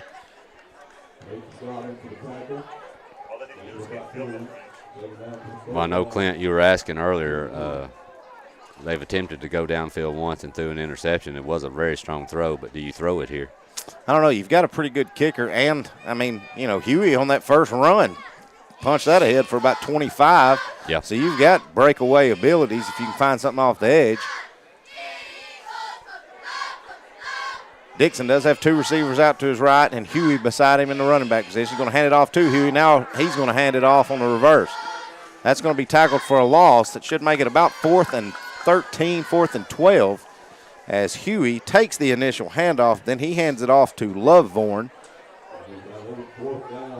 And it looks like Cascade, that must be a little too far out of field goal range, as they're going to go for it on 4th and 15. Summertown doing some last-minute substitutions.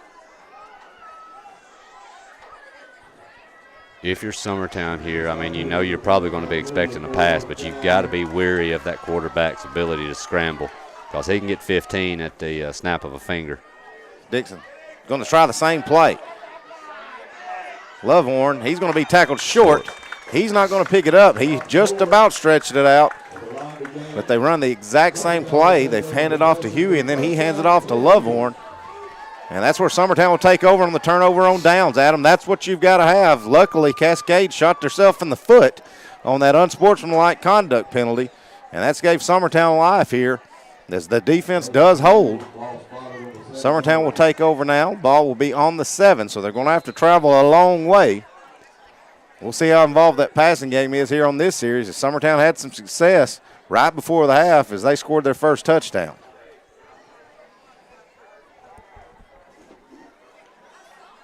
Stoll under center, hands it off to Gambrell. Dodges one tackler, and he's bouncing off the outside. Powers ahead, good first down run as he goes across the 10. Gives Summertown just a little bit of breathing room. You know, Clint, we've yet to see if as effective as Summertown was throwing the ball those few times in the first half. Do you think they'll throw it this deep in their own territory? That's what I'm wondering. Well, if you onside kick it to start the half, I think you show you don't care to gamble. Yeah, you're right. You're right. I just know a turnover this deep is a killer, especially against this good defense. Brian in motion, going to hand it to him on the end around. Trying to find the edge, but he can't find it. Now he's going to cut it back, and he's going to take a tackle for a loss. So, boy, that play just hadn't been there all night, Adam. No. Cascade has done their homework, and they are not going to let Ty Bryant turn the edge on them. That's going to make it 3rd and looks like 11. So take away the first down run, and we're backed up a yard. Ball's on the 6-yard line. We'll see how creative Summertown wants to get here. Cascade does not have a deep safety, so you wonder if you don't throw it here and look Stoll, deep. Rolling out to his right. He's going to throw it toward the sideline. Robinson tries to lay out. Even if he'd have caught it, it'd been short of the first down. But that'll bring up 4th down. Summertown's going to have to punt it away. And that was well defended there, too. That defender was right there. I think he was reading that out pattern on that rollout. And that's been there a few times tonight for Summertown. I think they might be just went to the well maybe one too many times on that one.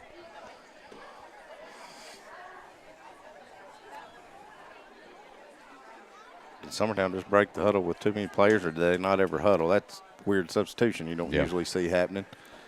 But no flag as Lindsey comes in late, and that ball is snapped. Robinson's going to have to just – Robinson probably should have kicked it through the end zone.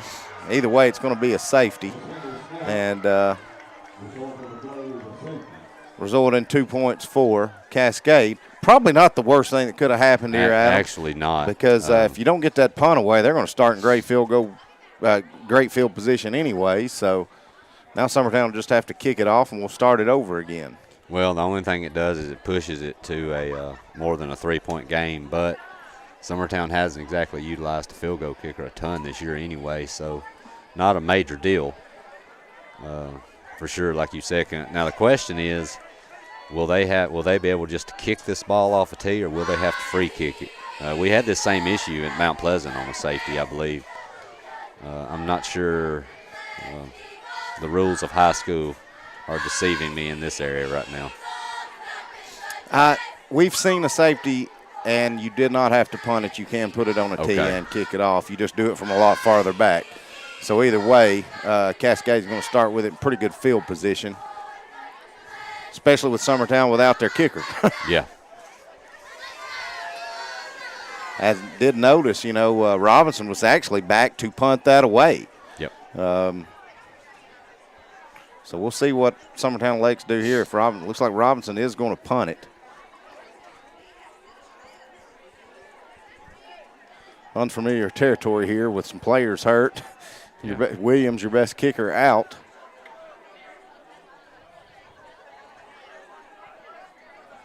I think Cascade's giving them a little bit more room than I probably would on this, but never mind. Booming kick by Robinson, and it's muffed. It goes through Dixon's hands. He's going to pick it up and run with it now. Summertown tracking him down, and they're going to get a tackle way back at about the 25. So great job on changing the field over on the punt by Robinson. That's where Cascade will take over. They have a lot longer to work with this time, Adam, than he did the first time. Yeah, definitely. I think if you're Summertown, you'd trade that field position for 2 points. Absolutely. In a heartbeat.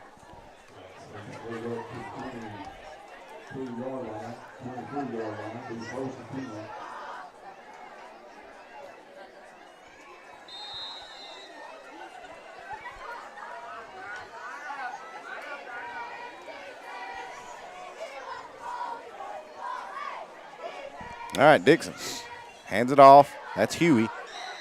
Running over right tackle. He's going to stumble ahead and pick up about 7 or 8 on first down.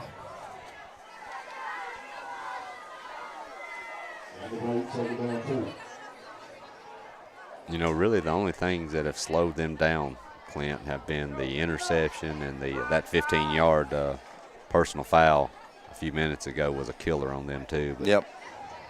They're ripping off yardage in chunks on the ground. 6, 7, 8 at a time. There's more. Ball was on the ground. They're going to say he was down as Huey powers ahead for another first down.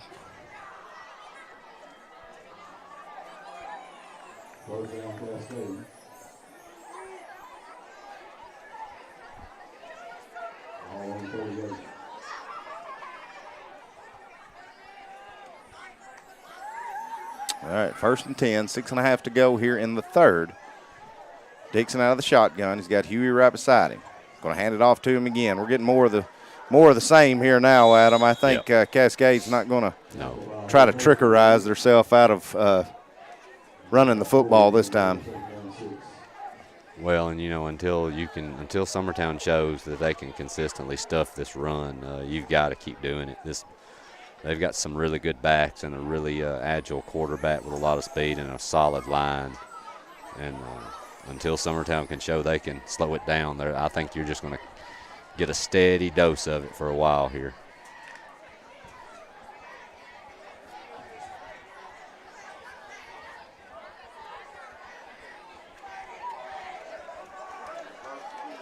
Hand off again. That's Lovewarn that time. Good tackle there by Summertown. Number 17, Stoll. Well, we were talking earlier about Summertown maybe going to the well one too many times on that out pattern. That's about the 5th time they've ran that play, that scissor play. And Summertown stuffed that one. Summertown's got a chance here, 3rd and 5 to try to get off the field. Dixon running off right edge on the quarterback keeper. Powering ahead, he's got the first down.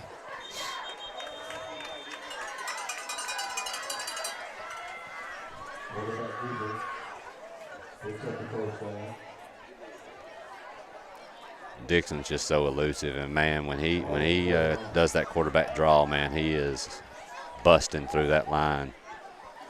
He picks his hole and goes quickly. You've got to get to him quick, or he's 5 yards deep before he's ever getting some contact at times.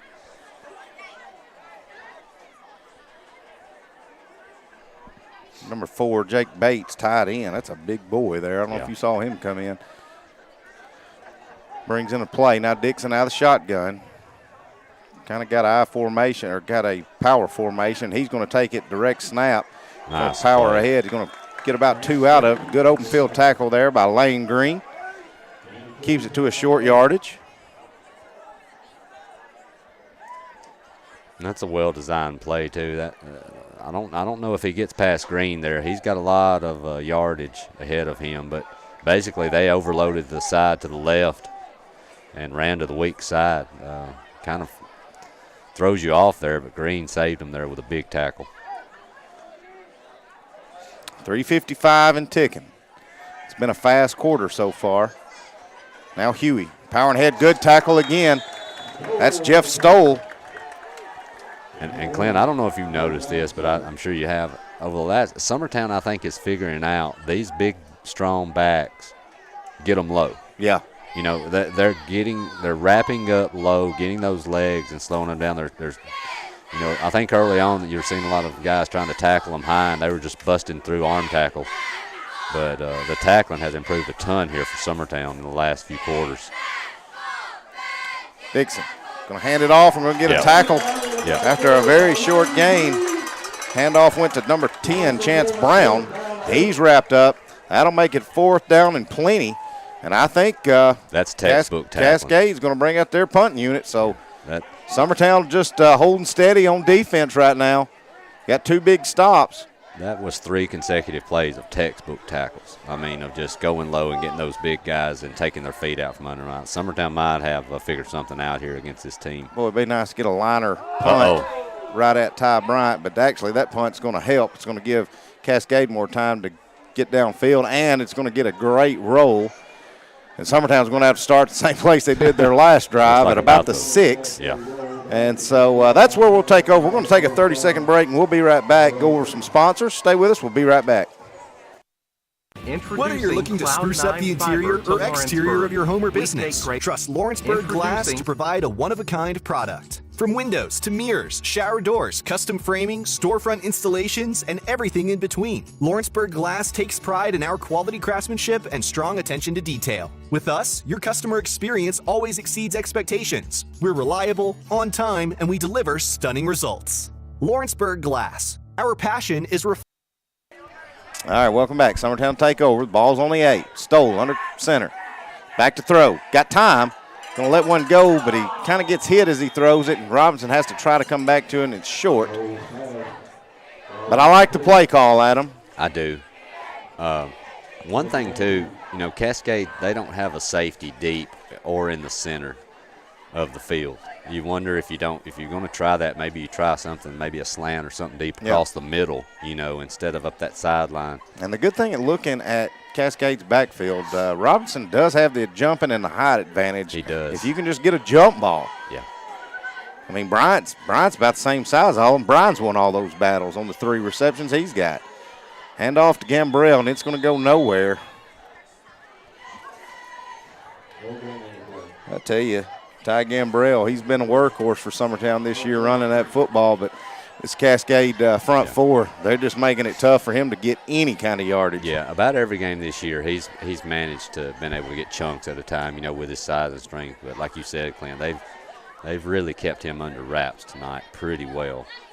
So 3rd and 10, ball still on the 8-yard line.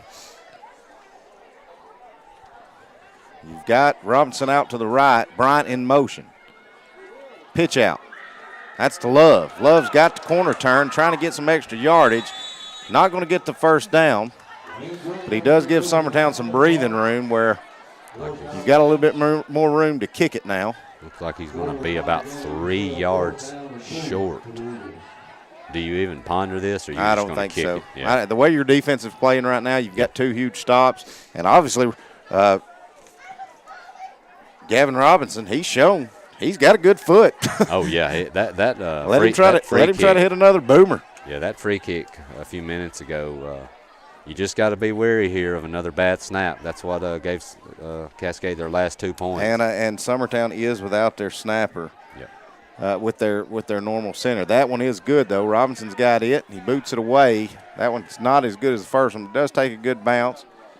Looks like it's going to come to rest at around, not across midfield, but at about the 46-yard line. And that's where Cascade will take over. We're going to take another 30-second break, and we'll be right back. Stay with us. You're listening to Summertown Football on the X. Are you looking for a non-factory job environment? Livingstone Freight Solutions is a 3PL company that began managing warehouses in Tennessee, Alabama, and Mississippi. With our multiple shifts and experienced management team, our goal is to give you, as an employee, a safe family work environment and competitive wages. We offer a wide variety of employment. All right, welcome back. Cascade has the ball again. Short field now. Dixon hands off to Huey. Huey's punching that gut, and he powers ahead for a gain of about 7 on first down. We're already at 1:15 to go here in the third quarter. So this third quarter has flown by, but only been 2 points on the board, Adam. So that's a win if you're Summertown. You're still only a score away. Yeah, the issue Summertown's had, they've played well this quarter overall. Just Cascade's flipped the field on them, and their starting field position has just been atrocious. I mean, what is it, twice, I think, inside the 10? 6 and the 8. Yeah, that's tough to overcome. Dixon fakes handoff. He's going to quarterback keep it. Summertown had him stopped in the backfield, but he jukes one defender. Now he's going to power ahead. He doesn't have enough for the first down, but he does make something out of nothing. And it's going to make it 3rd and short. And he was bull tackled, I guess would be the term, around the helmet. Good tackle there, but, man, I thought we had him about 5 yards in the backfield, Clint. Early in the third quarter at Richland. Richland leads Loretta 19-14. Loretta does have the ball right now. And the last score update we got was at halftime at Lawrence County, and they did trail 27-0 to Creekwood. So their playoff chances may be going away too. Dixon. Quarterback keep it again. Is going to power ahead. I don't think he got it. Unless that line judge, side judge on the other side, it looked like he gave him a better spot than what he probably should have got from where me and you were sitting. Yeah. But he's got a better view than we do. He's going to have it. And the head judge says no need for a measurement. We're going to first down on that one. And that'll bring us to the end of the third. Summertown trails 12-7 as we get ready for the fourth and final quarter. Stay with us. We'll be right back.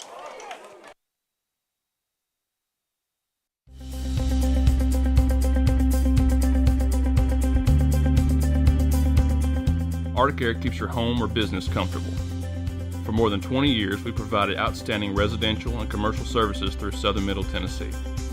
Whether you need assistance with your heat, air conditioning, preventive maintenance, or anything in between, trust our reliable team to get the job done. We'll take the time to figure out your specific needs and recommend what we believe is right and best for your situation. We've been using Arctic Air for over 15 years now. Their service is great, they're here when we need them, and their prices are competitive. They take the worry out of the heat and air so I don't have to. Arctic Air. When you need us, we'll be there.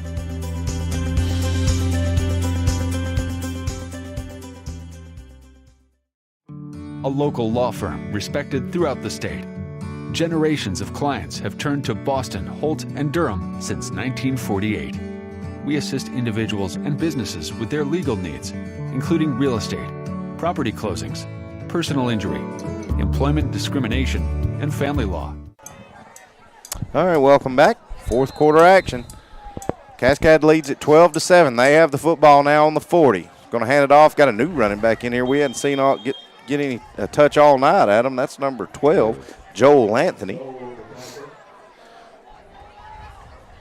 Powers ahead for a gain of 5. Make it 2nd and 5. Ball will be on the 30. This probably your defensive stand possession of the night, Clint. If Cascade pushes this to a 2-score game, the way Summertown's offense is kind of winning a neutral, it's going to be tough. I tell you, even if you don't get a stop, you don't want them pinning you back inside your own 10 again. No.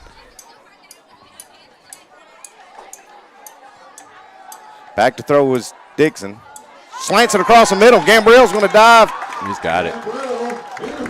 And they're going to give him the interception. I think they're going to say it hit the ground. That's no way.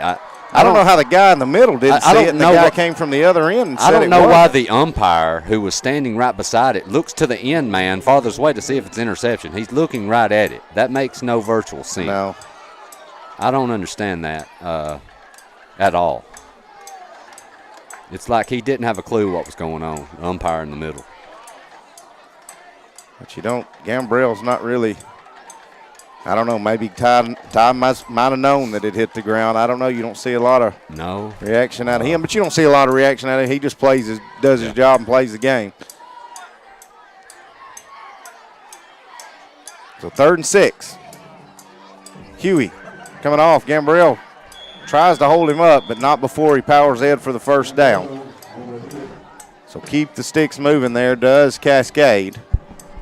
Man, that would have been huge. Come up with that interception right there, Adam. Yeah. And I would say, as dicey as that was, I can't believe Cascade called it. First of all, definitely. But I bet they don't do it again. Well, I mean, you're only ripping off about 6 to 7 yards every time you run the football. Yeah. I don't understand. Their last few passes have been intercepted. And here they do throw it out. That was more of a safe pass. That's out to Lovehorn. Good first down yardage there. As they're going to get 6 out of it. Make it 2nd down and 4. Ball will be on the 18.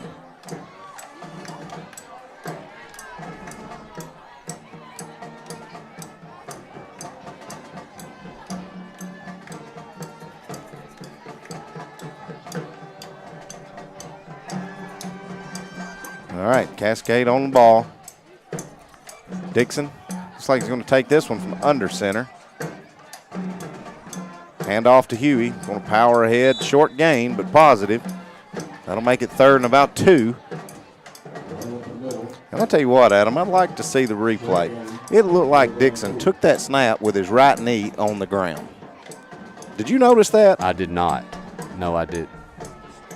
Loretta did just score to take the lead back over Richland. They lead at 21-19 now. But now I'm going to be watching that every time for the rest of the final. 9:38, I'm going to be watching. I think that's the only time he took it from under center. Yeah. But I would have swore his right knee was on the ground that he got down that low.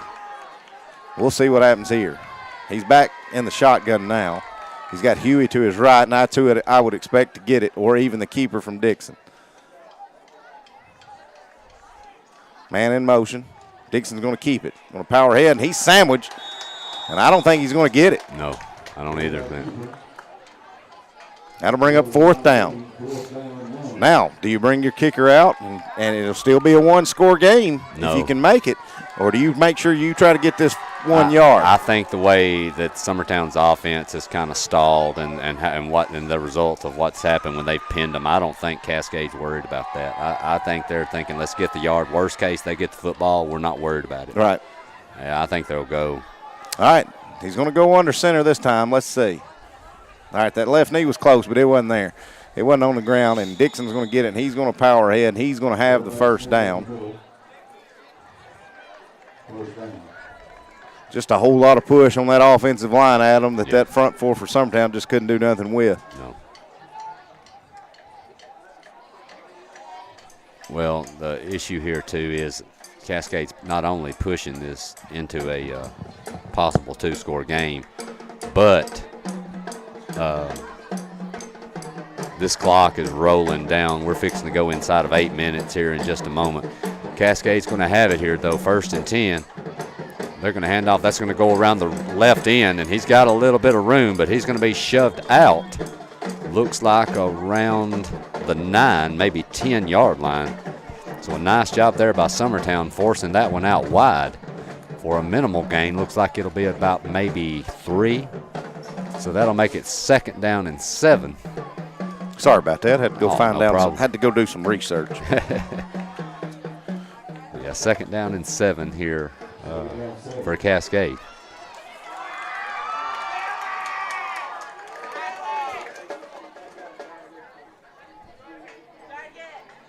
Dixon going to hand it off, punching up the middle. I think that's number 12, Joel Anthony.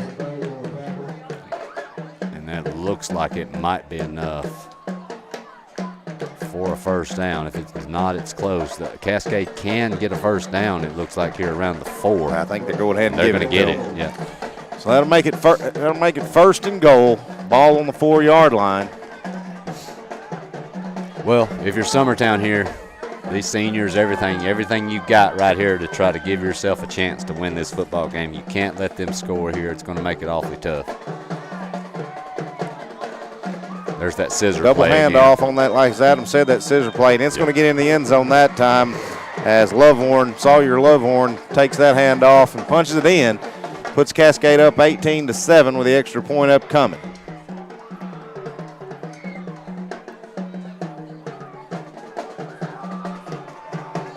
Going to be shocked if they go for 2 here, because that really doesn't. I don't think that's going to affect anything in the mathematics scheme. No.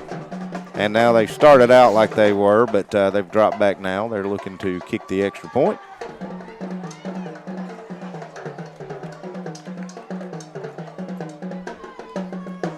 Holds good, kicks up. That was partially blocked, but it does go through. Yeah, tough luck.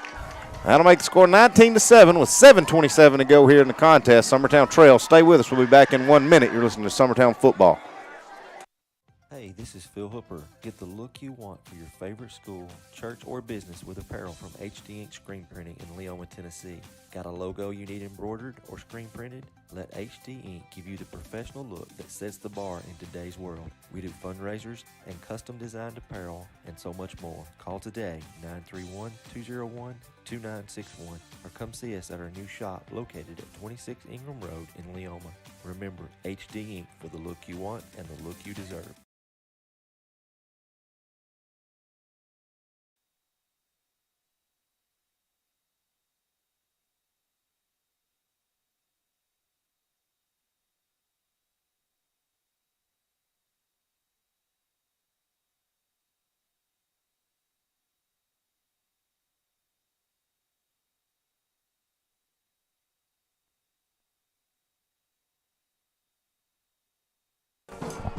All right. Oh, I'm sorry, Clint. Go ahead, my friend. All right, welcome back to Summertown. Summertown trails it by 12 as Cascade will be kicking off. Short squibber as Green has it. He's going to power ahead. Going to be good field position at least this time, Adam. They've only got 7:21 to work with, but Summertown's going to start off with the best field position they've had this half. Yeah, by far. But you've got to move the football here in chunks. These 2, 3, 1 yard runs here are not going to help you with only 7:21 left. So I think you're going to see Summertown. You would have to think they're going to get into that shotgun and try to get the ball down the field and get some yardage in chunks. All right, so Stoll going to bring his team out. He's got Gambrell and Love behind him. Brian in motion, going to pitch out to Love.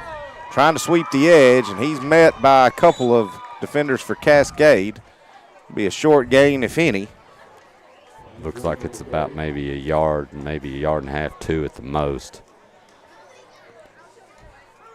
Love looks like he's okay. He got up a little slow. He got hit pretty hard there and sandwiched. But he has made it back to the huddle. And the clock is rolling here, 6:50. All right. Stoll fakes the handoff. Now he's trying to run with it. And he's not going to get anywhere with that. And we've also got a flag in the backfield. That'll either be a hold. Hopefully it'll be a face mask for Summertown. We'll just have to wait and see. From the way it was thrown, I would think it would be a face mask, but I don't know. It could be a hold, Clint. We'll find out. Yeah. Holding on Summertown. Well, and that play got blown up from the start. When Stoll faked the initial handoff and went to roll around the right edge, his tackle was basically knocked back. Yeah, he had to pretty much hurdle his own lineman. It just goes to show you the pressure and the push that Cascade is getting on our offensive line right now. It's they are impressive. That front seven of theirs is really impressive. All right, so play clock has started back. Summertown 2nd down and 22. Stoll under center. Back to throw. Gonna let one fly over here toward the sideline for Robinson, and that just goes into the Summertown bench. Nobody had a chance to make a play on that one. And listen, I know Stoll, he's a sophomore, and he's still learning, but at this point in the game, it's the last game of your season, who cares if it gets intercepted? Yeah. Throw it in the field and give yourself a chance. Yeah. You know, give him a chance to make a play. But I'm going to tell you, Stoll was under a lot of pressure even then. Yep. He had his own man basically knocked back up right into his face even on that throw. So. And he's made some really good throws. Ty Bryant with 3 big receptions that led to the only touchdown. Stoll on the screen. That's going to be stuffed out. That was read very well by Cascade. That play goes nowhere. Summertown's going to have to punt it away again with 5:50 to go here in the contest. I'd say if you got some kind of trick play or a fake punt that you like, now's probably the time to do it. Well, and I'm wondering, Clinton, I don't know because it really never got developed, but I'm wondering if that wasn't a throwback possibly where that young man might have was designed to throw that ball, but he never had a shot. No, he was wrapped up as soon as he caught it. Yeah. All right, so Robinson back to punt it away, and he does. Kicks away, it's across midfield. Muffed, but he picks it up. I'll tell you who I have been impressed with is Robinson kicking the football, Clint. I'll say that. Hayden Dow did muff that, but as you said, Robinson, he puts a lot of spin on it, and he gets it up high in the air. He does. He's done a really good job. And this is the only game I've ever saw him do it. Well, he might have done it last week, but I wasn't on that call. I was in Orlando. So. Yeah, he's shown glimpses. You know, you could just tell he's got a really strong foot. He did a pretty good job, if I remember, at Mount Pleasant. I didn't do the game last week at Lewis County. I watched a little bit of it, but he did a really good job at Mount Pleasant of kicking the football too.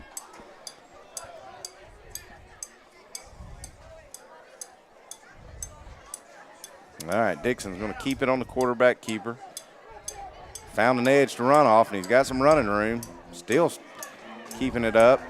Now he's finally going to go out of bounds.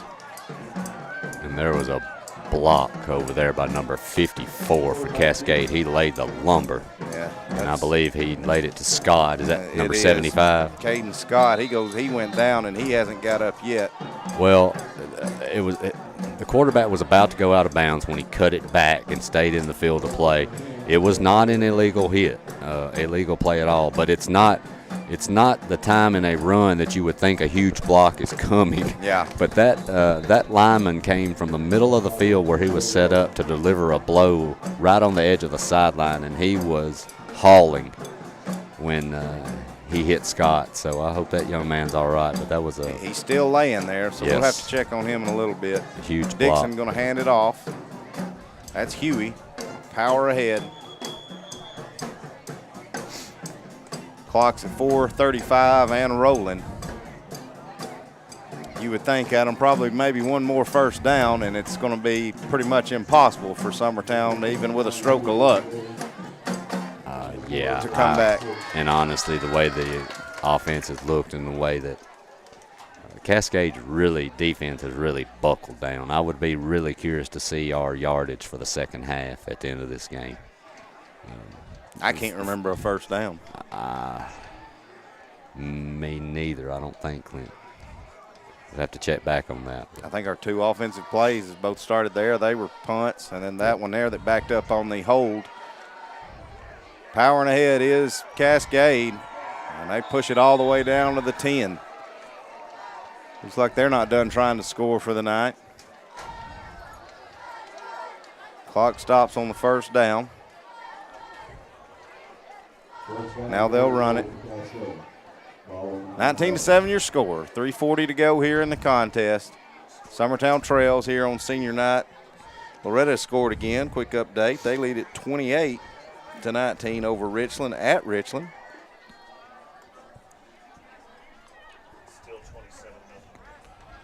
At Lawrence County, Creekwood still leads 27-0. They're trying to end Lawrence County's playoff run picture. Lawrence County had to win to get into the playoffs, and it looks like that one is about to get ended. Hickson, quarterback keeper, pushing ahead, and he's going to power into the end zone for a touchdown. Well, Clint, and I don't like to – I hate saying it, but it's got to be said. This defense has been on the field a ton. They have. Okay. Well, like you said, the offense in this whole half has had the ball 3 times. Yes. And 4 times. One time it led to a safety. The other 2 times led to punts inside your own 10-yard line. And the other time was a 3-and-out here around the 40. So you've been on the field basically the whole second half of the defense. Well, they're exhausted, and you know those seniors are looking at that clock and seeing 3 minutes. And most of the kids play both ways. Yep. Extra point is up, and it's in the trees, and it's good. That'll bring the score 26-7. We're going to take our last time out, hopefully, and be right back. Stay with us. We'll be back in 1 minute. You're listening to Summertown Football on the X Sports Network. Got a dent, a ding, a scratch, or a bent fender? Major or minor, Car Country Collision Center in Leoma can fix you up. Car Country works with all insurance carriers, gives free estimates, can work on foreign and domestic vehicles, and has experience you can trust. They've been in business since 1990. Unfortunately, accidents happen, but you can get your car back on the road with as little hassle as possible with the help of Car Country. Call 931-852-4708 or stop by at 2567 Highway 43 South in Leoma.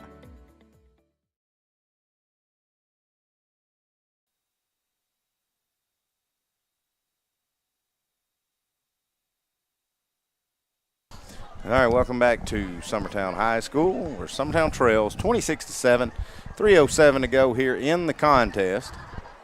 Cascade will be kicking off.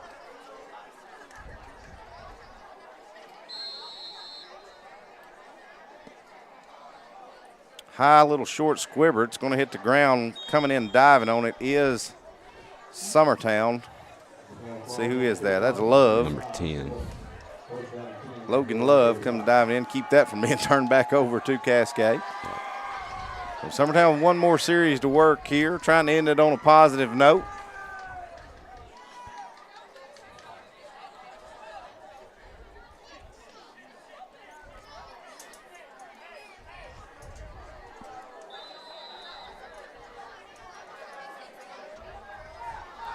Ty Bryant and Robinson out to the left. Stoll under center. Quarterback keeper. Powering ahead, gets a gain of about 1. So, Clint, do we know how many seniors Summertown has on this squad? We do, and that's what I was actually marking down. Okay. And I'm going to give them a little special recognition when we wind it up.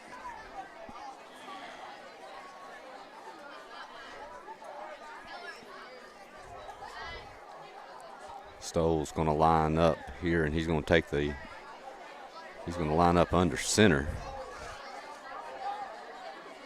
He's going to make an attempt to hand off, but I don't know how. Looks like it might be a yard gain, if that. Maybe not even back to the line. So that's going to set it up to 3rd and 8 here for Summertown, with the clock fixing to go inside of 2 minutes.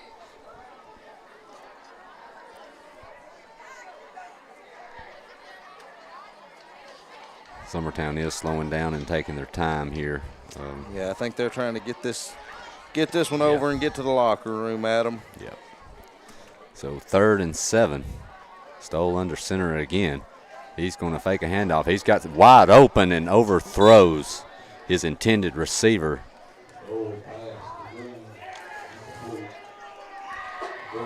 Lane Green was wide open with a ton of room in front of him, and that pass just sails a little over his head. So that's going to make it 4th down and 7. And we have a penalty flag thrown by the opposite, which is not. With nothing going on, we're going to have a flag on unsportsmanlike on the sideline for Cascade? I would sideline warning. Yep. Got to get back. Yeah, they've got that cushion over there that they have to stay back from and give that official room to work, and if they don't, that will be a warning. So, all right, Summertown looks like they're going to keep their offense on the field. Yep. 4th and 7. Stoll looks like he's going to take this one out of the shotgun. He's got it. He's dropping back, looking to throw. Fakes. Going to let it fly. It's thrown short, and it's going to be intercepted. Bryant's going to come up with a tackle. And it's kind of all over with now. We'll see how aggressive Cascade wants to play offensively here with 1:30, up 26-7. But just a little too late for Summertown. They did get a good drive there right before the half, got some things going, but just had never picked up a first down here in this second half, Adam. No.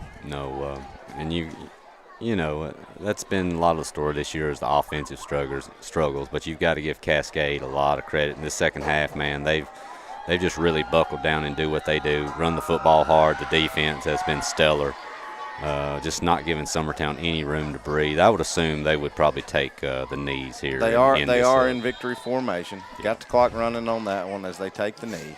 Yeah. I'm telling you, Clint, I know Cascade came in with a 5-4 record, but man, I'm really impressed with this team.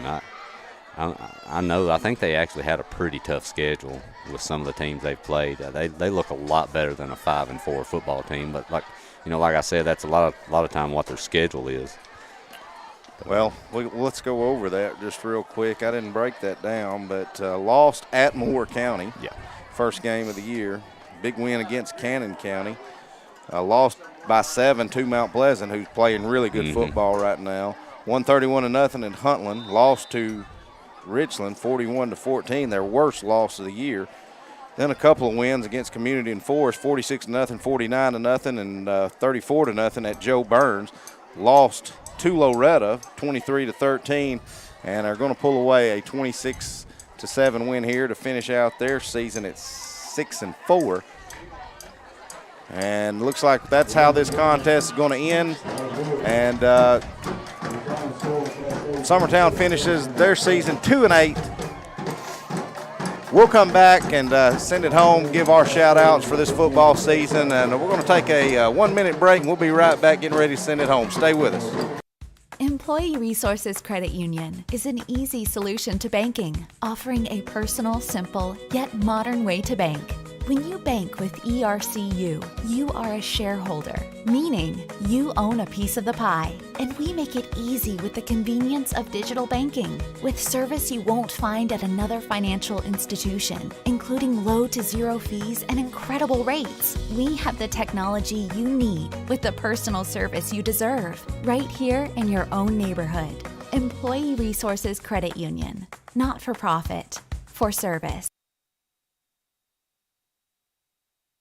All right, welcome back to Summertown High School, where Summertown drops their season finale to Cascade 26-7. Summertown finishes the year with only 2 wins, and that's a little hard to take after last year's playoff team that did some really good things. But Adam, you know, it just is what it is. Summertown lost a lot of talent and a lot of seniors, some really good players off that team last year, and this year's just a rebuilding year. Let's just call it what it is. It just was a rebuilding year, and you were just kind of lacking some of the tools that you had last year and that other teams have this year. Well, like you said, Clint, I mean, when you lose what they lost, it's tough to overcome it in a year. But I've seen some growth on this team. I was really impressed all year long with this defense. I really thought they were on the field a lot with some of our offensive struggles, and they really played hard. It's just a young team. Touch on that, Adam. You know, that's the thing. A lot of people say, man, Summertown just weren't that good this year. Well, let me tell you something. You had a team that defense kept them in a lot of games that they ended up eventually losing, but could have got blown out in a lot of games if it wasn't for the heart of this Summertown defense. I agree. At the end of the day, they were only down 5 going into the fourth quarter, but eventually your defense just gets wore out. Well, and when you lose the weapons they lost, Clint, it's just hard to recover from with the quarterback, the running back, the receiving options that they had last year. It's just tough to deal with. I mean, I think this is a good group. I think they've just got a lot of growing. I do know that they're going to have some help here in the next little bit. This middle school team, this group is really impressive and fun to watch. Clint, I don't know if you've seen them any this year, but, man, they are a joy to call a game for. They're really, really well coached. Right, and you don't see that team really helping a lot for next year, but you do see some growth out of some young players this year. Yep. You've got to be excited for what's coming up with this middle school group. A lot of 8th graders that really shine this year. So if all those kind of things fall in place, and if we can get this insurance worked out and get Coach Rick Rice here full-time and running his system with his players, you got to like where the direction this football team can go. This will be our final football broadcast of this year, but we can't wait to get back next year in the fall and be doing this again. Summertown will bounce back as they always do. I guess after this, Adam, you'll help me out some, I hope, this year in basketball. Yes, sir. If you'll let me, I will. And he'll be our technical man extraordinaire again, and I'll be at all of them at least for 2 more years, boys, because I got a junior playing. Yep. But last and real quick, big shout out and a huge thank you to Lane Green, Gavin Robinson, Ty Gambrell, Anthony Williams, Bradley Wisner, Jesse Howard, Daniel Brown, and Caden Scott, your seniors for your Summertown Eagles football team this year. Had to overcome a lot, had to power through a lot, and had to do a lot on your own and play both sides of the football. You will be missed, and it is appreciated all you've done for Summertown football. We appreciate you young men, and best of luck in the future. We've got middle school basketball games going on right now, but can't wait for high school basketball to get cranked up, and that's when you be blessed to hear my voice again. November 17th at Waynesboro, so be ready to tune in for that. For my stat man extraordinaire, Mr. Adam Lindsay, for our technical man extraordinaire, Mr. Will Pettis, this is Clint Brazier saying so long, everybody. Going the distance with local sports, covering the Loretto Mustangs, Summertown Eagles, and Lawrence County Wildcats. Basketball, football, baseball, and more. This is the X Sports Network.